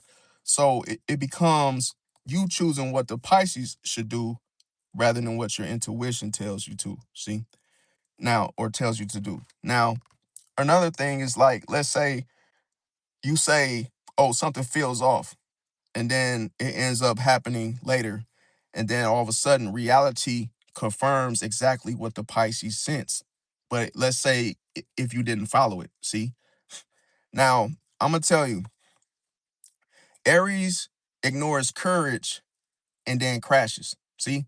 So I'm going to tell you how anytime you ignore your power, it leads to, almost to your, how can I say? it goes bad. Okay. If you don't listen to your gift, you end up doing yourself in. Okay. So for instance, let's say the Aries ignores courage and then they crash. See, once they ignore courage, they can crash. Definitely. What will we say? They crash out, right? Okay. Taurus, if they ignore flexibility, guess what? It breaks. When Gemini ignores focus, it scatters. When Cancer ignores boundaries, they drown. When Leo ignores humility, they fall. When Virgo ignores action, they freeze. When Libra ignores truth, then there's a delay. See? When Scorpio ignores trust, they isolate. When Sagittarius ignores commitment, they wander. See? Um, when Capricorn ignores joy, they burn out. Because it's not about the work. If you a Capricorn, you watching this, a lot of times you can never enjoy the things you work so hard on. And then it's like you did all of that hard work and didn't enjoy it. Well, why would you do that? See? So a lot of times you could bury yourself in your work and not be happy. So you have to feel good about what you're doing. Otherwise, why are you doing it? See? So a lot of times they can ignore joy, not even be enjoying what they're working so hard on every day. See? And then they burn themselves out. Now, Aquarius, when Aquarius ignores emotions, then it disconnects them from what? Humanity. That's why you could feel alienated because you're not you're not trying to feel shit. You're not trying to feel any emotions. So what do we call a human that doesn't want to feel emotions? Disconnected. See, we call them disconnected. Cause you're not from here, in other words. See? You're outside of this, you're outside of yourself. So who are you? That's why they call them aliens. See? But they're not really aliens, it's just they're disconnected. See? Because they don't want to feel any emotions. They detach from it immediately. Now, Pisces ignores their intuition and then they walk past the lighthouse into the storm they already saw coming. See? Now, now I'm gonna talk about how each zodiac sign lies and what triggers it, okay? Aries gets triggered by what? Being cornered, looking wrong. They hate looking wrong. They always want to be in the W. They always want to be in the knowing, okay? Now the style, how Aries lies, pay attention to this. Aries lie, they have a style. Every zodiac sign has a style of how they lie, okay? The lying style of Aries is the impulse lie. See, it's quick. And see, I'm gonna give you guys a simple example. Aries, why did you do this? The quick impulse lie from Aries is, I didn't do that. I didn't do that. See, why do they respond like this? Because they want to avoid immediate consequences. It's cold blooded. Now, Taurus, they're triggered by a threat to security, and they're triggered by a fear of losing comfort. See, now their lying style is a mission. Okay. Now, an example of this is that they end up leaving out important details. See, why? Because they want stability. Now, Gemini is triggered by boredom, curiosity, and social pressure. Their line style is the story adjustment. So this is what you got to watch out for because they know what happened, but then as they tell what happened, they adjust the story. See? Now, I'm going to give you guys an example. They tell the story differently depending on the audience of who's listening. Why? Because they want to adapt quickly. It's cold blooded. See? Now, Cancer gets triggered by what? The fear of emotional pain. Their lying style is a protective lie. See? An example is How are you feeling? I'm fine. No, you're not. See? See how they want to control how they look? Basically, according to the emotion. Oh, are you damn Cancer, you look sad. No, I'm not. I'm fine. See? They lie that quick to protect the lie. See? Now, why do they do this? To avoid vulnerability. Now, Leo gets triggered by what? Their ego, pride, and embarrassment. Their lying style is image management lie. See? Now, could you imagine someone who's trying to protect their image, how they look in front of others, and only lying to what? Protect how they look or how they're seen, right? So an example would be a Leo making achievements sound bigger than what they are. It's cold-blooded. Now, why would they do this? Because they want respect. Metaphorically, this would be polishing the trophy before anyone sees the what? The scratch. Now, Virgo, they're triggered by the fear of mistakes. Their lying style is the technical truth. Okay. An example would be the Virgo tells the truth, but not the whole truth. It's cold-blooded. Why? Because they want to protect their reputation for competence. See? They don't want to look dumb. Oh, you didn't know that, or something like that. It's something like that in that regard. Now, Libra, they're triggered by conflict. Their lying style is peacekeeping lie. That's the type of lie the style that they use. Now, an example is they might say, oh, it's okay when it's not. Oh, it's okay. No, it's not. And why do they do this? Because they want to avoid arguments. Now, Scorpio is triggered by their need for privacy. Their lying style is strategic silence. An example would be when they withhold information. Why? Because they know that information equals power. Now, Sagittarius is triggered by the fear of restrictions. Their lying style is a freedom lie. I'm going to give you guys an example. A Sagittarius will say what gets them out of a situation other than what happened. Why? Because they want options. Now, Capricorn is triggered by reputation. Their lying style is a professional lie. An example of a Capricorn lie is that they downplay mistakes. Why? Because they want to protect their status. Now, Aquarius is triggered by emotional discomfort. Their lying style is rationalization, okay? I'm going to give you guys an example. Aquarius creates a logical explanation. Why? Because they want to keep the emotional distance. See? Now, Pisces is triggered by hurting people and harsh realities. Their lying style is self-deception first. So I'll give you guys an example. A Pisces will say everything will be okay when the evidence says otherwise. Why? Because they want to believe the best in the potential of a situation or person.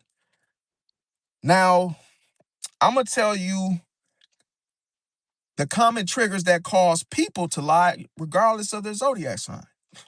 Fear, when someone's afraid, when they're scared. Fear, embarrassment, ego, pride, shame, guilt, rejection, punishment, judgment, criticism, insecurities, competition, jealousy, status, reputation, attention, approval, validation, control, power, avoiding conflict, avoiding consequences, avoiding accountability, protecting their feelings, protecting their image, protecting secrets, protecting comfort, protecting relationships, protecting freedom, protecting their identity, fear of failure, fear of abandonment, fear of disappointment, fear of exposure, fear of loss, fear of change, fear of vulnerability, fear of weakness, fear of being wrong, fear of looking foolish, greed, desire, temptation, impulse, habits, manipulation, survival, escapism, denial, and self-deception. Now, when it comes to the zodiac signs, why do they lie? See, Aries lies to win the moment. It's cold-blooded. And this is ultimately, that's the only reason they lie. Taurus lies to protect their comfort. See, Gemini's lie to keep options open. Cancer lies to protect their feelings. Leo lies to protect their pride. Virgo lies to protect their competence. I can't really say it right now. My nose is stuffed. So anyway, Libra lies to protect peace. Scorpio lies to protect secrets. Sagittarius lies to protect freedom. Capricorn lies to protect reputation. Aquarius lies to protect independence. And Pisces lies to protect the dream. Now, I'm going to tell you, one of the things is this.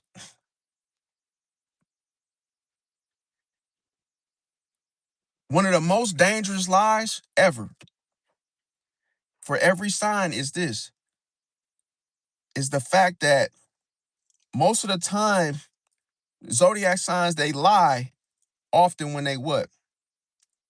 The most dangerous lie is the one they tell themselves, in other words. See, you got to know, before someone lies, they run it to themselves first. It's not like they just blurt out something that just say anything. That's why you cannot trust someone who you ask a question to and they what? They don't answer right away because they're thinking about lying. It's cold-blooded. Because think about it. Everything is on the tip of your tongue. The truth is nothing but the truth. If someone says, hey, how much did you make yesterday while working? You knew you worked 8 hours. You know your pay rate.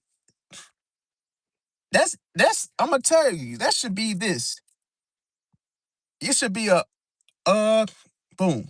It's just like it might look that way and then say it, boom. But when someone doesn't want to tell you,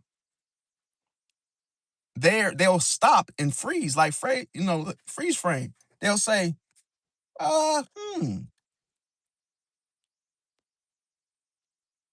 And now they're thinking about lying because they don't have it ready. It's like they're not prepared to answer the question, so they sit there and think about a lie. So what I'm trying to teach y'all is that when somebody lies, if they pause to think, don't trust it. Don't trust it. You ask a question and then, oh, there's a pause. Nope. See, that's like being interviewed and then a question they ask you and you're like, oh, I don't have an answer to that. Just say that. Oh, well, I'm sorry, I don't have an answer to that. It ain't no point in me just pausing because anything I say after the pause is not the truth. See, now, another thing, I'm going to tell y'all, how do we know this to be true? With the game of Jeopardy, he don't give him no damn time to go,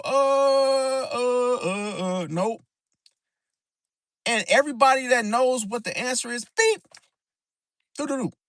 See, what was the first president of the United States? Beep, da-da-da-da. See, what was, how many years did this president serve? Beep, they ready for it. It ain't no pauses, bro. When you get asked a question, you must know before you open your mouth. Because if you stop and slow down, see, that's manipulation. Anytime you stall, it's manipulation, bro. Because think about it. If I'm trying to control time, I'm going to make you wait. Hold on.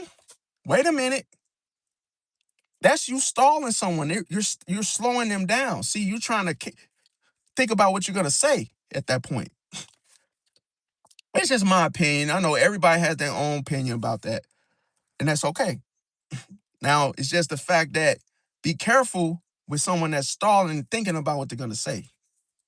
Because a lot of times they run it to themselves first.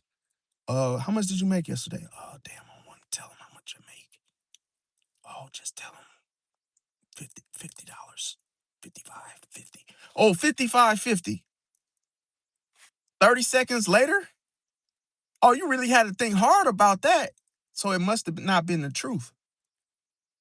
See, the truth spits out. And I'm going to tell you, even if you ask a question that someone doesn't feel comfortable answering, they will say that instead of pausing. See, the pause is a lie, man. They do it. I'm going to tell you, put it like this. When a person get interrogated for a crime, they know they got the person when they're in deep thought about it. Because what are you thinking for? You're thinking because you're running to yourself these lies and trying to pick the best lie that you think they'll fall for. See, and you have to think about how you're gonna say it, how you're gonna deliver it. Or instead of just spitting it out. Okay. Now I'm gonna talk about the ways the zodiac signs lie to Pisces, bro. Okay, that nobody talks about. Excuse me, y'all. Oh, it's like when I talk a lot, that's what happens. Anyway, Aries, they lied to. I'm gonna tell you how they lie to Pisces. Aries, the lie that they try to run on Pisces is I'm fine. I'm fine. So if you be like, yo, Aries, what's up, man? You look sad. Oh, I'm fine. I'm fine, man. Ain't nothing wrong with me. Lying like a mug, right? The reality is that they're angry. They're angry, but they don't want to talk about it. See? And I'm going to tell you why Pisces falls for it is because Pisces takes the words of a person literally. See? Because Pisces, your instinct is that you want to see the good in everyone. Oh, you want to see the potential in everyone. You want to see everybody at their best. That's what you got to watch, Pisces. I'm telling you. You want to see the best in everyone and you're like, yo, I know you ain't fine, but hey, I'm going to believe it because I want to see you win. You can't do that because what if that person doesn't have your best interest, Pisces? Don't self-deceive yourself. And here's the thing. The outcome is that the conflict explodes later in your face, Pisces. See, because there ain't no running from the truth. You can't change the reality. Taurus. How does Taurus lie to Pisces? Well, the lie that Taurus tells Pisces is nothing changed. Nothing changed, man. See, the reality is that the Taurus likes to hide their feelings, right? Their feelings changed months ago. But then let the stubborn ass Taurus tell it, nothing's changed, man. It's the same old, nothing changed. Like, nah, bro. You you changed, but you changed months ago. And I witnessed it. See? So the outcome is that the Pisces notices the distance before Taurus admits it. It's cold-blooded. Now, Gemini, the lie they tell Pisces is, I never said that. See? The reality is that the words change. The outcome of it is that Pisces starts tracking patterns with Gemini. Now, Cancer, how does Cancer lie to Pisces? Is that they say things like, oh, it doesn't bother me. Oh, I'm sorry, I ate all the food that I know I like your hospitality and you cooked all that food, and I'm sorry I ate all that macaroni and cheese you made. It was so good. Oh, it doesn't bother me. I'm not worried about it. But the reality of it is it absolutely bothered them. They ain't like that you ate all that goddamn food, Pisces. But they don't want you to know the real emotion that they were feeling. So that's why they lie and say, oh, it didn't bother me. No, oh, go ahead and eat it up. Eat it up. And they're not saying it they don't mean it as they're saying it, but they're really bothered by it. See, the outcome is that the resentment builds up. See, if a Cancer is mad already, the resentment would build and build and build and build and build and build and build. And that wave come down. they'll just go off and they'll hit you with all these guilt trips. Oh, but when it's my birthday, you ain't even cook. Oh, when you did this, you didn't even get in. You ain't even think about me. It's a little stuff to make you feel some type of way. You gotta be careful, man. Cancer can be an emotional freak. Leo, when they lie to Pisces, how do they lie to a Pisces? Leo says, I don't care what people think. See, I don't care what people think. But the reality of it is they care more than they admit. See, the outcome is that Pisces notices the need for validation with Leo. See, now Virgo, how does Virgo lie to Pisces? The lie that Virgo would tell Pisces is, I'm just trying to help. Oh, I'm just trying to help. The reality of it is sometimes it's criticism disguised as help. Got to be careful. Virgo is very, very good at disguising things. See, they can disguise personas. You got to be careful.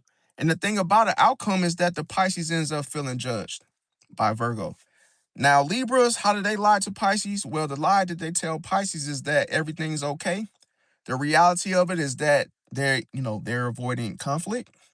The outcome is the issue never gets solved. Scorpio, how do they lie to Pisces? The lie that Scorpio tells Pisces is that nothing's going on. Oh, I'm not cheating. Nothing's going on. It's just been me. I've been in here just playing the game. But here's the thing. The reality is that a lot is going on. See, it ain't just cheating. It's probably a whole lot of, freaky deaky stuff going on. No diddy. And see, the outcome is that Pisces senses the secrecy. Now, Sagittarius, how do they lie to Pisces? Is they'll say things like, I'll be there. And then the reality of it all is that it all depends on how they feel later. Now, the outcome is that Pisces learns to trust the actions of Sagittarius, not their words. Capricorn, how do they lie to Pisces? Well, the lie that Capricorn would tell Pisces is, work is the only reason I'm here. And see, the thing about it, the reality of the situation is that there may be emotional reasons too that they're not telling. So the outcome of this would be the Pisces ends up shutting out. Now, Aquarius, how do they lie to Pisces? Well, the lie they'll tell Pisces is, it doesn't affect me. The reality of it is that they're affected, but they're detached at the same time. The outcome is that Pisces sees their hidden feelings. Now, if it's a Pisces lying to another Pisces, well, the lie to another Pisces will be that everything will work out. The reality of it all is that they're ignoring the obvious problems, and the outcome is that reality eventually forces action. Now, I'm gonna tell you the hidden ways of Pisces feeling misled by others: mixed signals, half truths, omitted details, broken promises, difficult stories, avoided conversations, fake reassurance, hidden resentment, silent treatment, selective honesty, false loyalty, empty apologies, excuses, deflection, emotional manipulation, guilt trips, love bombing, future faking, moving goalposts, double standards, playing victim, passive aggression, jealousy disguised as concern, competition disguised as friendship, advice with hidden motives, selective memory, fake support, strategic silence, withholding information, hidden agendas, convenient uh, timing, contradictions, attention seeking, emotional avoidance, fake compliments, one sided effort, empty words, broken trust, repeated patterns, inconsistent behaviors, saying yes while meaning no, saying no while meaning yes, or saying no while wanting yes, acting supportive publicly only, downplaying accomplishments, keeping backup options, testing loyalty, avoiding accountability, making promises they can't keep, pretending not to know things, telling Pisces what they want to hear instead of the truth. Okay. Now, metaphorically, most people think Pisces gets fooled by one lie, Pisces usually gets fooled by a pattern of small lies. One raindrop doesn't cause a flood. 50 raindrops over time become a storm. And when Pisces finally sees the storm, people say, "Why are you suddenly acting different?"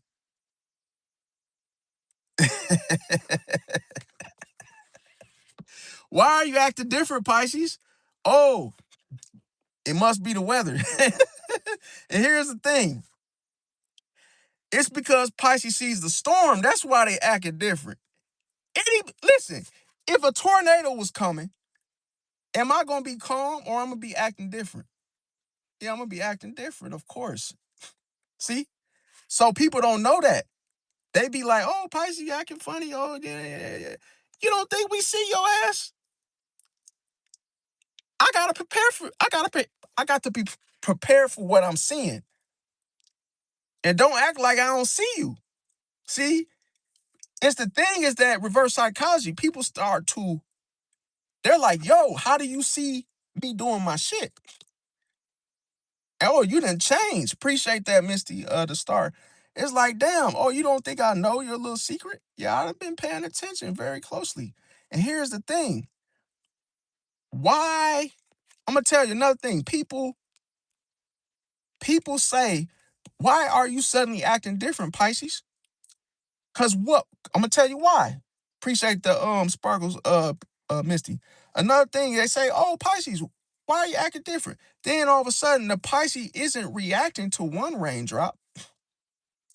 The Pisces is reacting to the entire weather pattern. See, it's cold blooded. Appreciate this star, Sedona. See, and that's the thing. Like, you gotta be careful, cause one thing is that when Pisces knows something, you gotta be on point. You can't ignore it, because if you're not ready for it,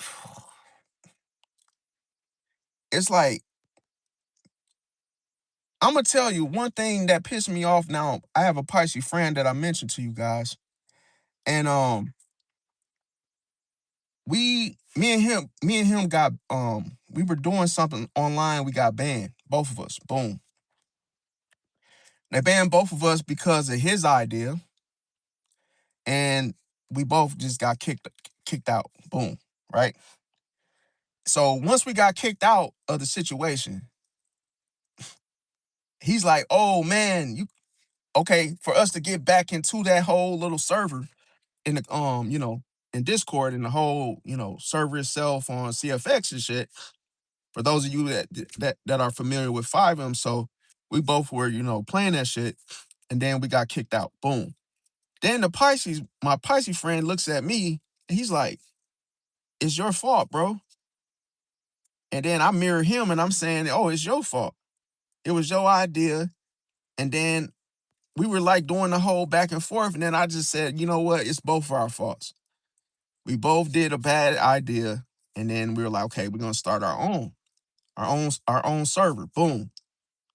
So then he meets with this dude. I wasn't around because I was at work. Boom. He meets with this dude, and then I'm supposed to be the one that's supposed to be the host, and I'm supposed to be the one that's supposed to start it, the TX and admin in my name. And he's like, "Yo, come on, come on." He's in a hurry, so he's like, "Come on, bro. Uh, start it. Hurry up and start it, so we could work on it." He's getting anxious about it. I'm like, I'm at work. And then all of a sudden, what does he do? He starts it himself without telling me. So I get the whiff, and I say, "Yo," I said, "Bro," he like, "Yo, look, I started." He was like, "Yo, I started the server." I'm like, "Bro, why did you?" I said, "Damn, you must have got your paycheck early." And then he was like, "Oh, I didn't pay for it. It's actually you know, the trial." I'm like, "Okay." So he's like, "Oh, I just wanted to start it." He was like, "I want to start it, but I'll transfer it to you later, so you could pay for the hosting or whatever." I'm like, "Okay." But then he initially lied, and he said he had paid a developer like 300 bucks to start it. So I'm like, "Bro, why did you lie, bro?" Like in my mind, it's because when somebody lied, like when somebody lies to a Pisces, it does something like I mentioned yesterday in the live where I said it's when you give someone your trust or some trust, it's like giving them a glass, like a glass of trust, in other words. So it could easily break if they drop it, they lose it, mishandle it. And it's like him lying about him paying paying that developer $300 to make the server for us. But I'm gonna tell you, he said that he was tired of waiting for me because I was busy, I was working. And I was like, I'm like, bro, why did you lie? Cause I remember I said there is no, oh, I lied and not a reason why. There's always a reason why people lie. And see, the thing about it is he said, oh no, I was just playing. Like, no. But why would you play about a lying about that? See? And then I said it goes back to why he started it. Why did he start the server? And I was supposed to be the one to start the server for us. He jumped the gun and started it. Then he said he paid the developer. My first question to him was, why don't you trust me? I said, why don't you trust me? Why did you jump the gun? It wasn't, do you think I'm Boo Boo the Fool? No. I know why he started it. Because he thinks I'm gonna kick him out. He thinks I'm gonna be the owner and then I'm gonna do something. He has a fear of me letting him go at some point, right? The guilty conscience is, remember I told y'all, he's the same Pisces dude that tried to talk to, you know, well, he was talking to my girl behind my back at one point. But I forgave him for that. But still, now he has a guilty conscience. Now he thinks I'm going to do something to him. Going back to Pennywise. See? So he jumped the gun and he started to bake the server. Then he said he lied and said he paid $300 to the developer. Then he told me another story that it was free. Now I feel like they had a conversation separate from me. Now I can't trust it. It's cold-blooded. You see how like shit gets, because remember I said I gave him a glass as what? A glass of trust. That's how trust is delicate. It's fragile. It could break at any moment, depending on how you handle it.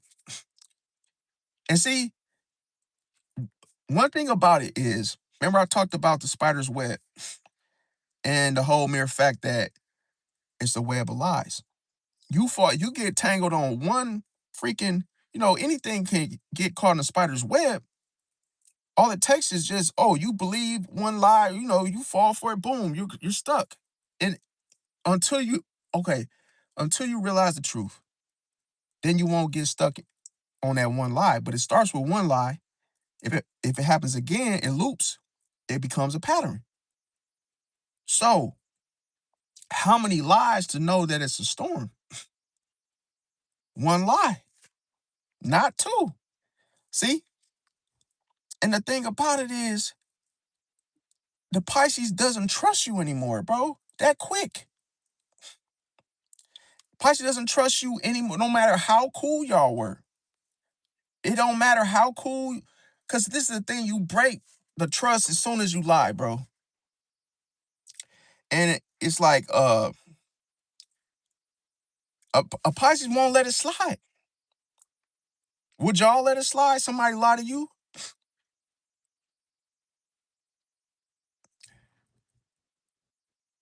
It's like a Pisces won't take you back.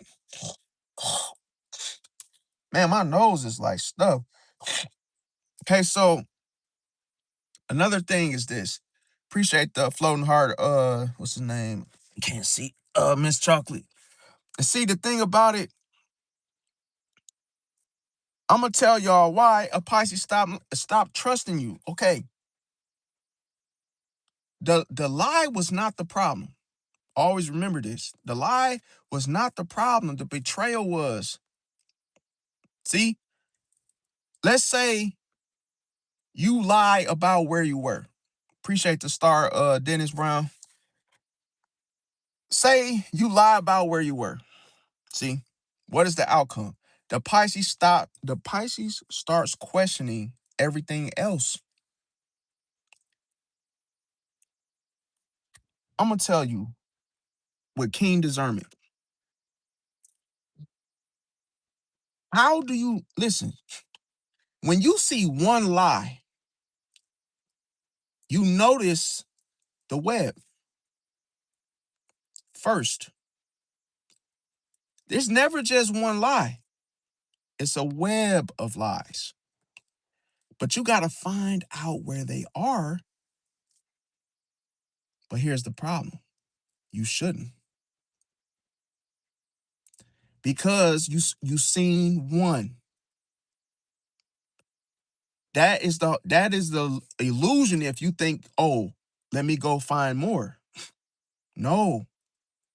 One lie is equivalent to many lies. One lie is deception. So the craziest thing, when I talked about Pennywise earlier, the lie is beneath the surface. So when you see when you see somebody lie to you, you notice that, oh, there's something that I'm not seeing. See, and 9 times out of 10, now you know what who you're really dealing with. You're dealing with the spider, bro. See, I'm gonna tell you, deception. Okay, let's look at deception. You got to believe when somebody lied to you. That's it. Now you know they're a spider, bro. How would you treat a spider after knowing it's a spider? See, once they lied to you and you realized it, you noticed it, you said, "Oh shit." You trying to hurry up and get away from them because you like, yo, we were supposed to be cool. Now you done lied to me? What else you lying about that I don't know about? I don't want to find out. I'm just gonna cut you off. I don't even want to know what else you lying about. But the way you coming off, I know that's not the real you. Cause now the spider is in the dark. He put the web out. See, in the dark.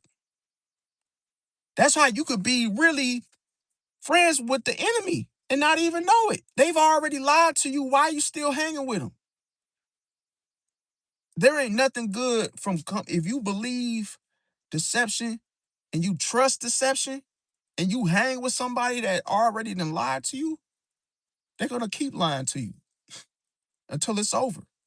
See? Until you're done, until you're over with. That's what I'm saying. Some people could pull you into some shit. Like me getting banned, that never happened with me being isolated. With me being to myself, I ain't never got banned from anything. I ain't gonna say I never got banned in my whole life, but I'm saying this ain't happened to me in a long damn time. Now I realize how I got banned because of his ass. He pulled my ass into into trouble. Now he's like, oh, let's start this server together.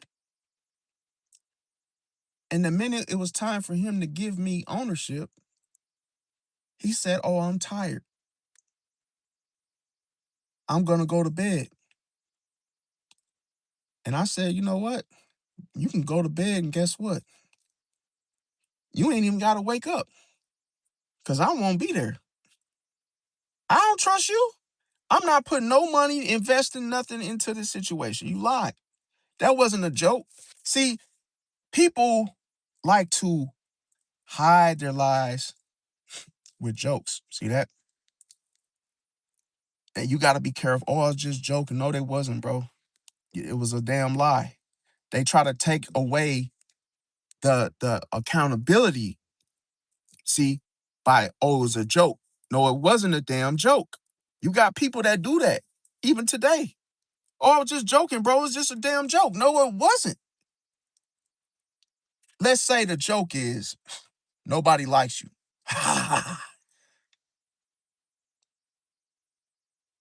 You know people joke about the truth, bro. They ain't got to be drunk to do it.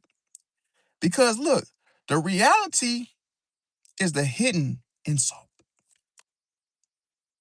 It ain't nothing worse than somebody giving you a hidden insult and then laughing at it.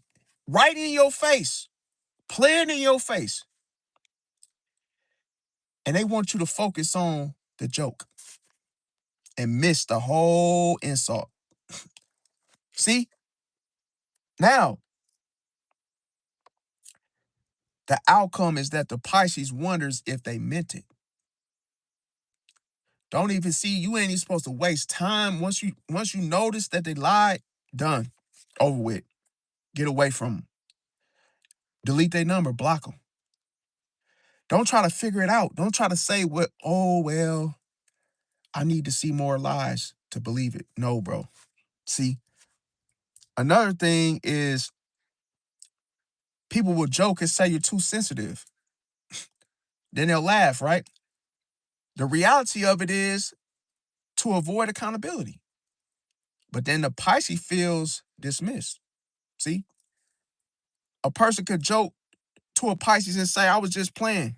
I know you heard this one plenty times. Ha ha, I was just playing. Ha ha. Reality of it is they're testing your boundaries when they're doing this, bro.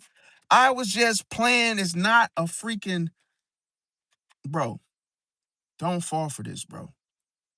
When you fall for the first lie, bro, ain't no way in hell.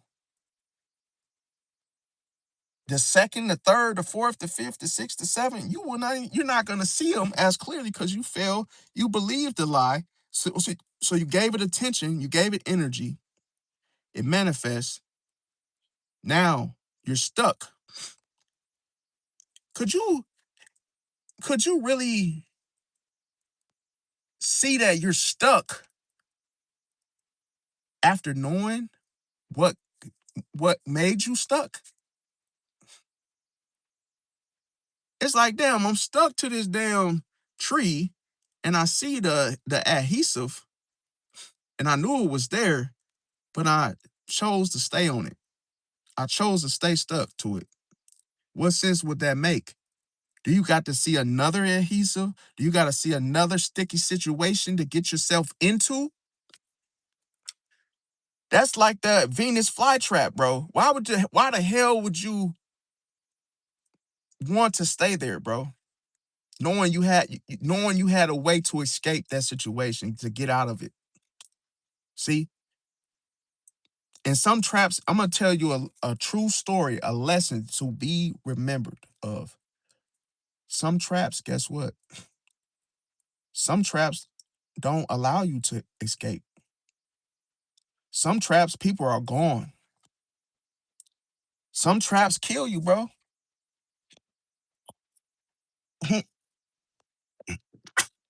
Man, my nose is going.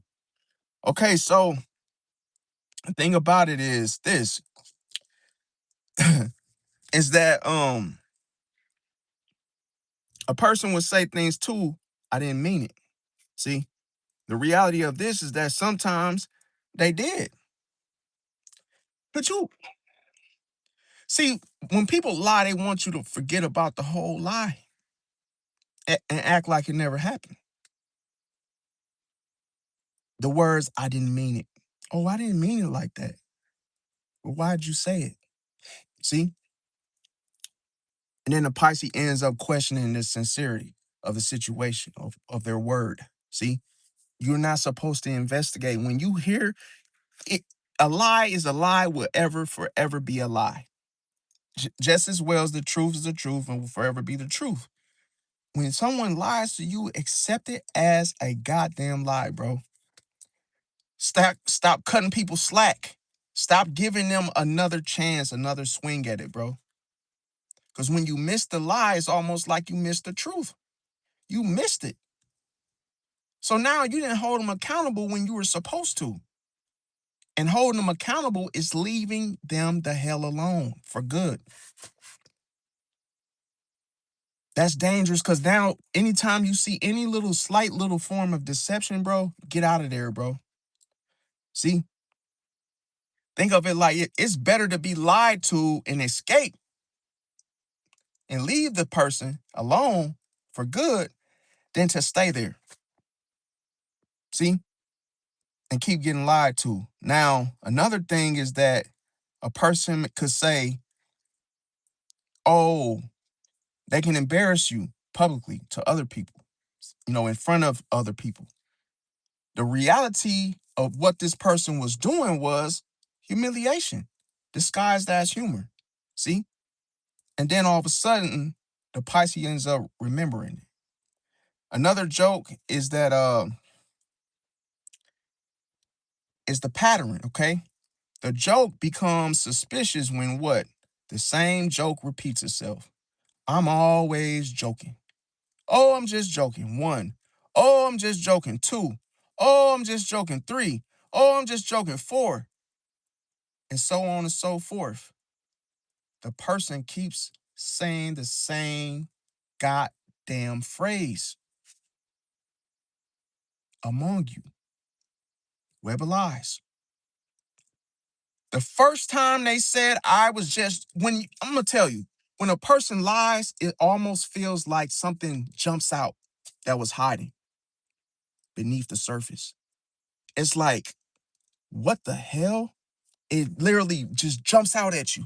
The intuition catches it like a baseball glove. And then you're sitting there like, oh shit, he lied. She lied. You grab that lie and then you run off with it. You run. You run away from that person. Never come back. Don't even question them about the lie. You heard it.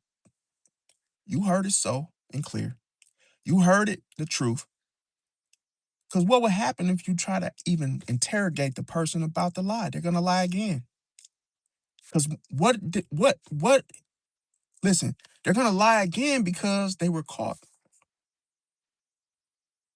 Now, why am I saying this? Because of 2 reasons. The lie is one thing, right? The lie is one thing, and what you got to watch out for is the truth. See, the lie comes with what? See, once a person lied to you, it's like it's 2 things what I'm saying. So you got to be careful. When a person lied to you, they're going to lie again because the pattern. See? So you got to know once a person lied to you, all they're trying to do is loop it. They're trying to repeat it. They're trying to do it again. They lie to you, it's deception. It's 2 things you gotta watch out for it because as soon as someone lies, they're hiding something from you unconsciously. When it jumps out at you, you gotta run off, you gotta get away from ASAP. When you see the lie, it's gonna stick, it's gonna stand there. Once you catch it the first time, you stop it. See? Because I'm telling you, when you don't look at it like that, because I'm gonna tell you, if you hold on to that lie and hold on to it and keep on hanging out with that person, guess who steps in the room? The illusion. And then you keep believing the illusion of the person because that's what you want to see in them. And then all of a sudden, now they start lying to you more. Then that's when the deception, they deceive you, and then bam. See? It's like, oh, I told you stay away from that person. See? Now, another thing is this. Like I said, the joke becomes suspicious when the joke repeats itself. Only one person is laughing. I want to laugh. Why are you why are you only laughing? Because the joke's on me. It's cold-blooded. You ever see, you gotta you gotta really know what's happening when a person is lying to you, bro. This is not funny, bro. This is not a joke. They're being dead ass serious. And you gotta know that because they can hide behind the joke and throw jabs, snide comments, insults. So this is your enemy in disguise, wearing the mask of a jokester. See? Wanting you to believe the image over what? The truth.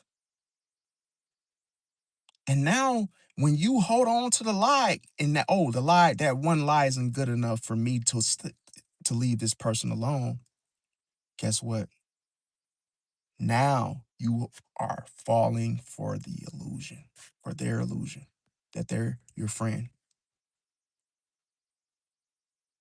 See, all you got to do is be fooled one time. You get deceived one time. One time. Your ass is grass. And they're going to treat you like grass. And they're going to keep stepping over you, stepping over you, and stepping over you because you don't get it. See, you can't expect a liar or an enemy to be your friend, bro. They ain't got your best interest. They going to keep doing you in, taking advantage, influence you in the wrong shit, giving you bad advice. Now, I'm going to tell you the funniest thing. The joke always targets the same weakness in you. The joke always targets the same weakness. The very thing you keep buying from that person. They keep selling it to you, bro. The same shit. They sell you the same shit because that's what you are buying from them. And you don't even realize it. You're trying to focus on the illusion of the friendship. We're friends. We're friends. We're cool. That's my bro. That's my homie. When their actions is showing you otherwise. You're supposed to believe the pattern, the actions only, not the words of, oh, we're friends. We're friends. You know it doesn't add up. When they're laughing at you, why am I not a part of it? Why am I not laughing? Because it's not a joke, bro. See, so here's the thing. The joke appears when they're angry. It's cold-blooded. When they're jealous, all of a sudden, the machine starts. The car starts. Next thing you know, oh, it's time for a joke.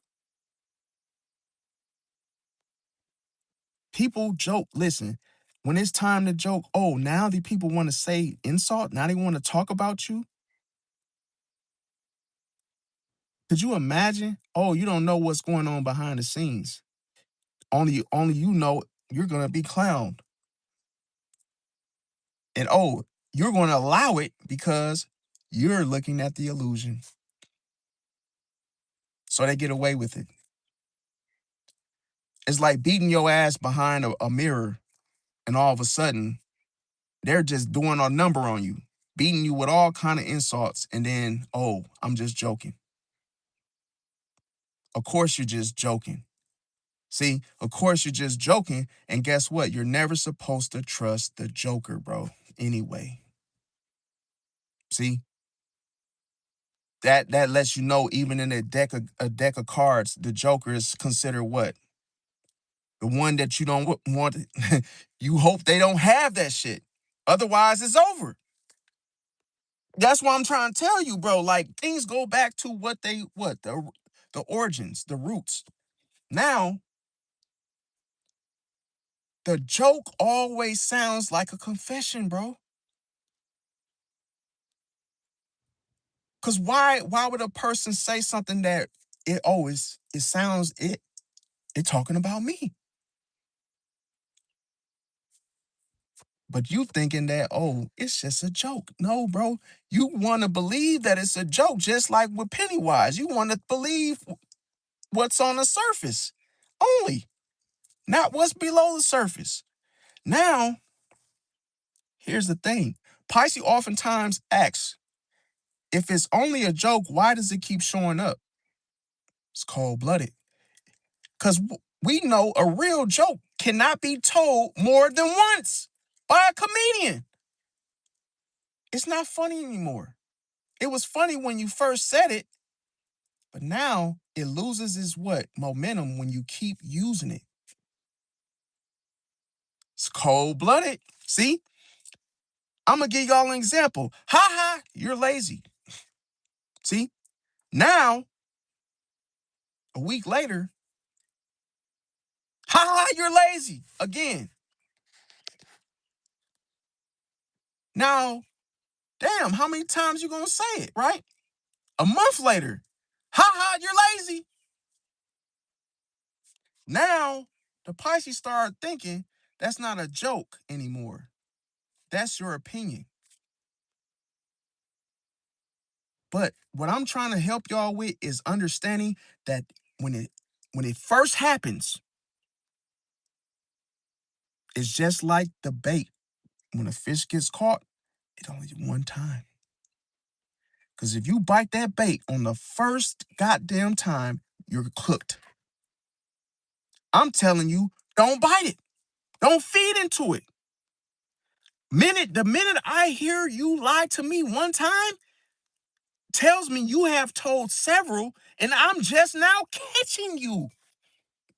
I'm just now catching a fish. I'm just now catching something. So when you feed lies, guess what? You're bound to catch something, bro. You're bound to catch something. And the thing about it, I'm going to tell you, the mask, metaphorically, a joke can be a mask hiding the truth. It's cold-blooded. The arrow, the joke is the feather. The insult is the tip. See? Now the test balloon. People float a joke to see how you react. Testing your boundaries. See? And I'm going to tell you, testing your boundaries to see what will you allow. Because that's the real you. The real you is behind those boundaries, that's the real you. So when you don't set one, guess what?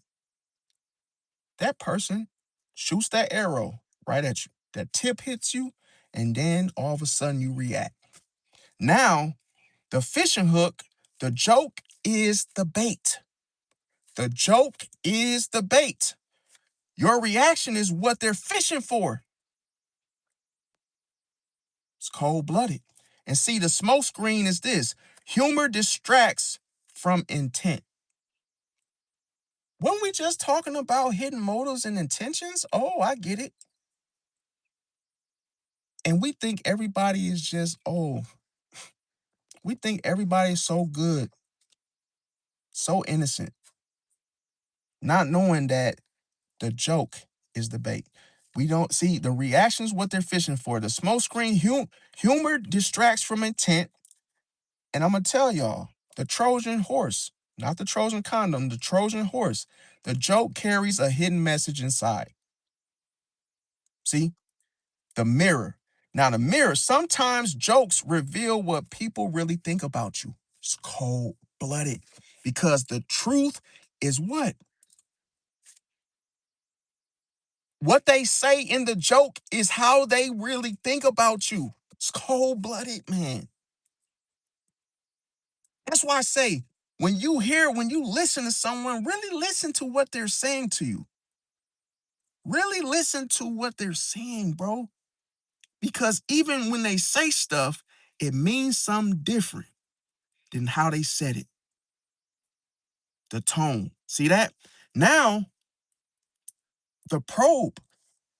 See, a joke always tests boundaries, bro. And on top of that, it always tests how strong you are, how you really are. Because if you really love yourself and somebody throw an insult, guess what? Blocked. I ain't cool with this person no more. I see that um, put like this. I see how this person really feels about me. The iceberg. Most of the meaning is below the surface. It's what you can't see, which is the truth of the matter, not how it's presented to you. Because people will make a pretty package, but you gotta know what is in it, bro, before they open it, bro. See, the receipt.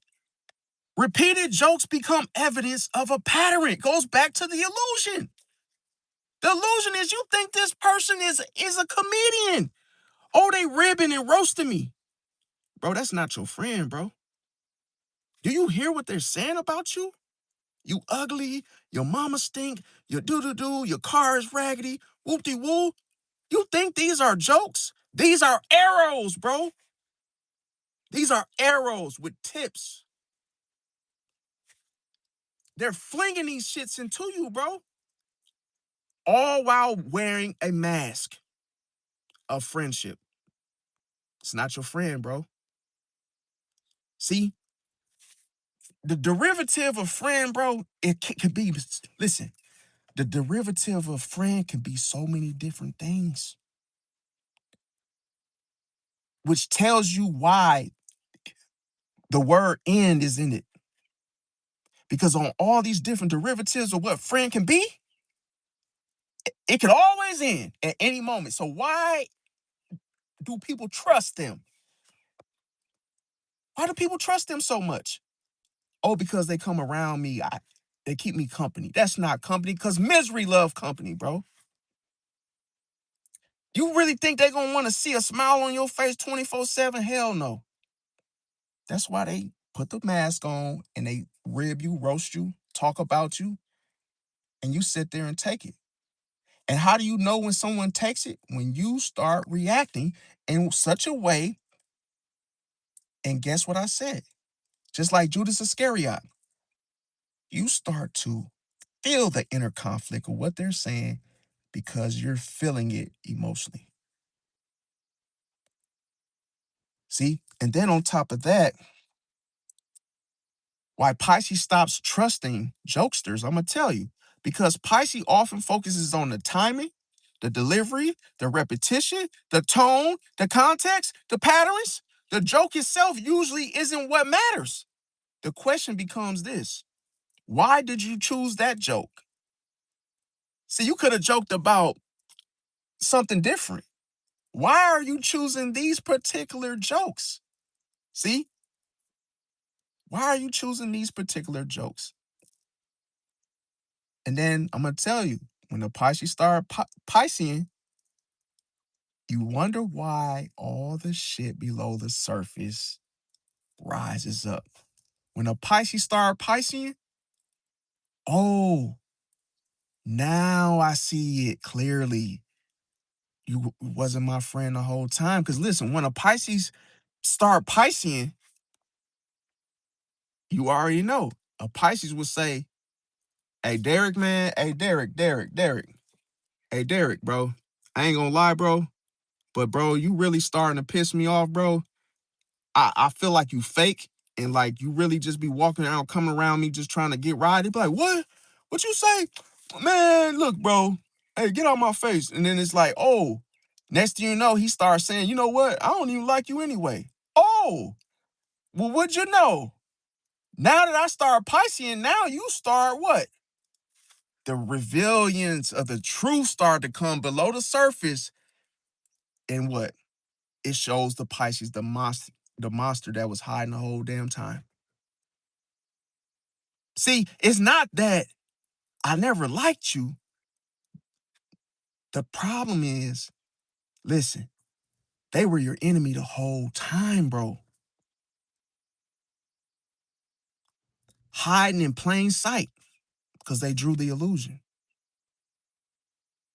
See, you can't, a lot of people think that, oh, the development of enemies has happened. No, they've been your enemy since day one.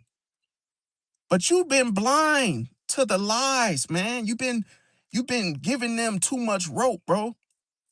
See? So I always say this, man. Never trust somebody that jokes a jokester, bro. Don't fall unless they are a real comedian that gets on stage. But if they talking about you and you notice that, oh, why are you choosing those particular jokes? It means something. See? But like, comment, share, subscribe, you guys. Like I said, I go live every day now. Become subscribe if you haven't, and hit the like button if you resonate. I love y'all. Thanks for watching. Peace out. You guys have a good night.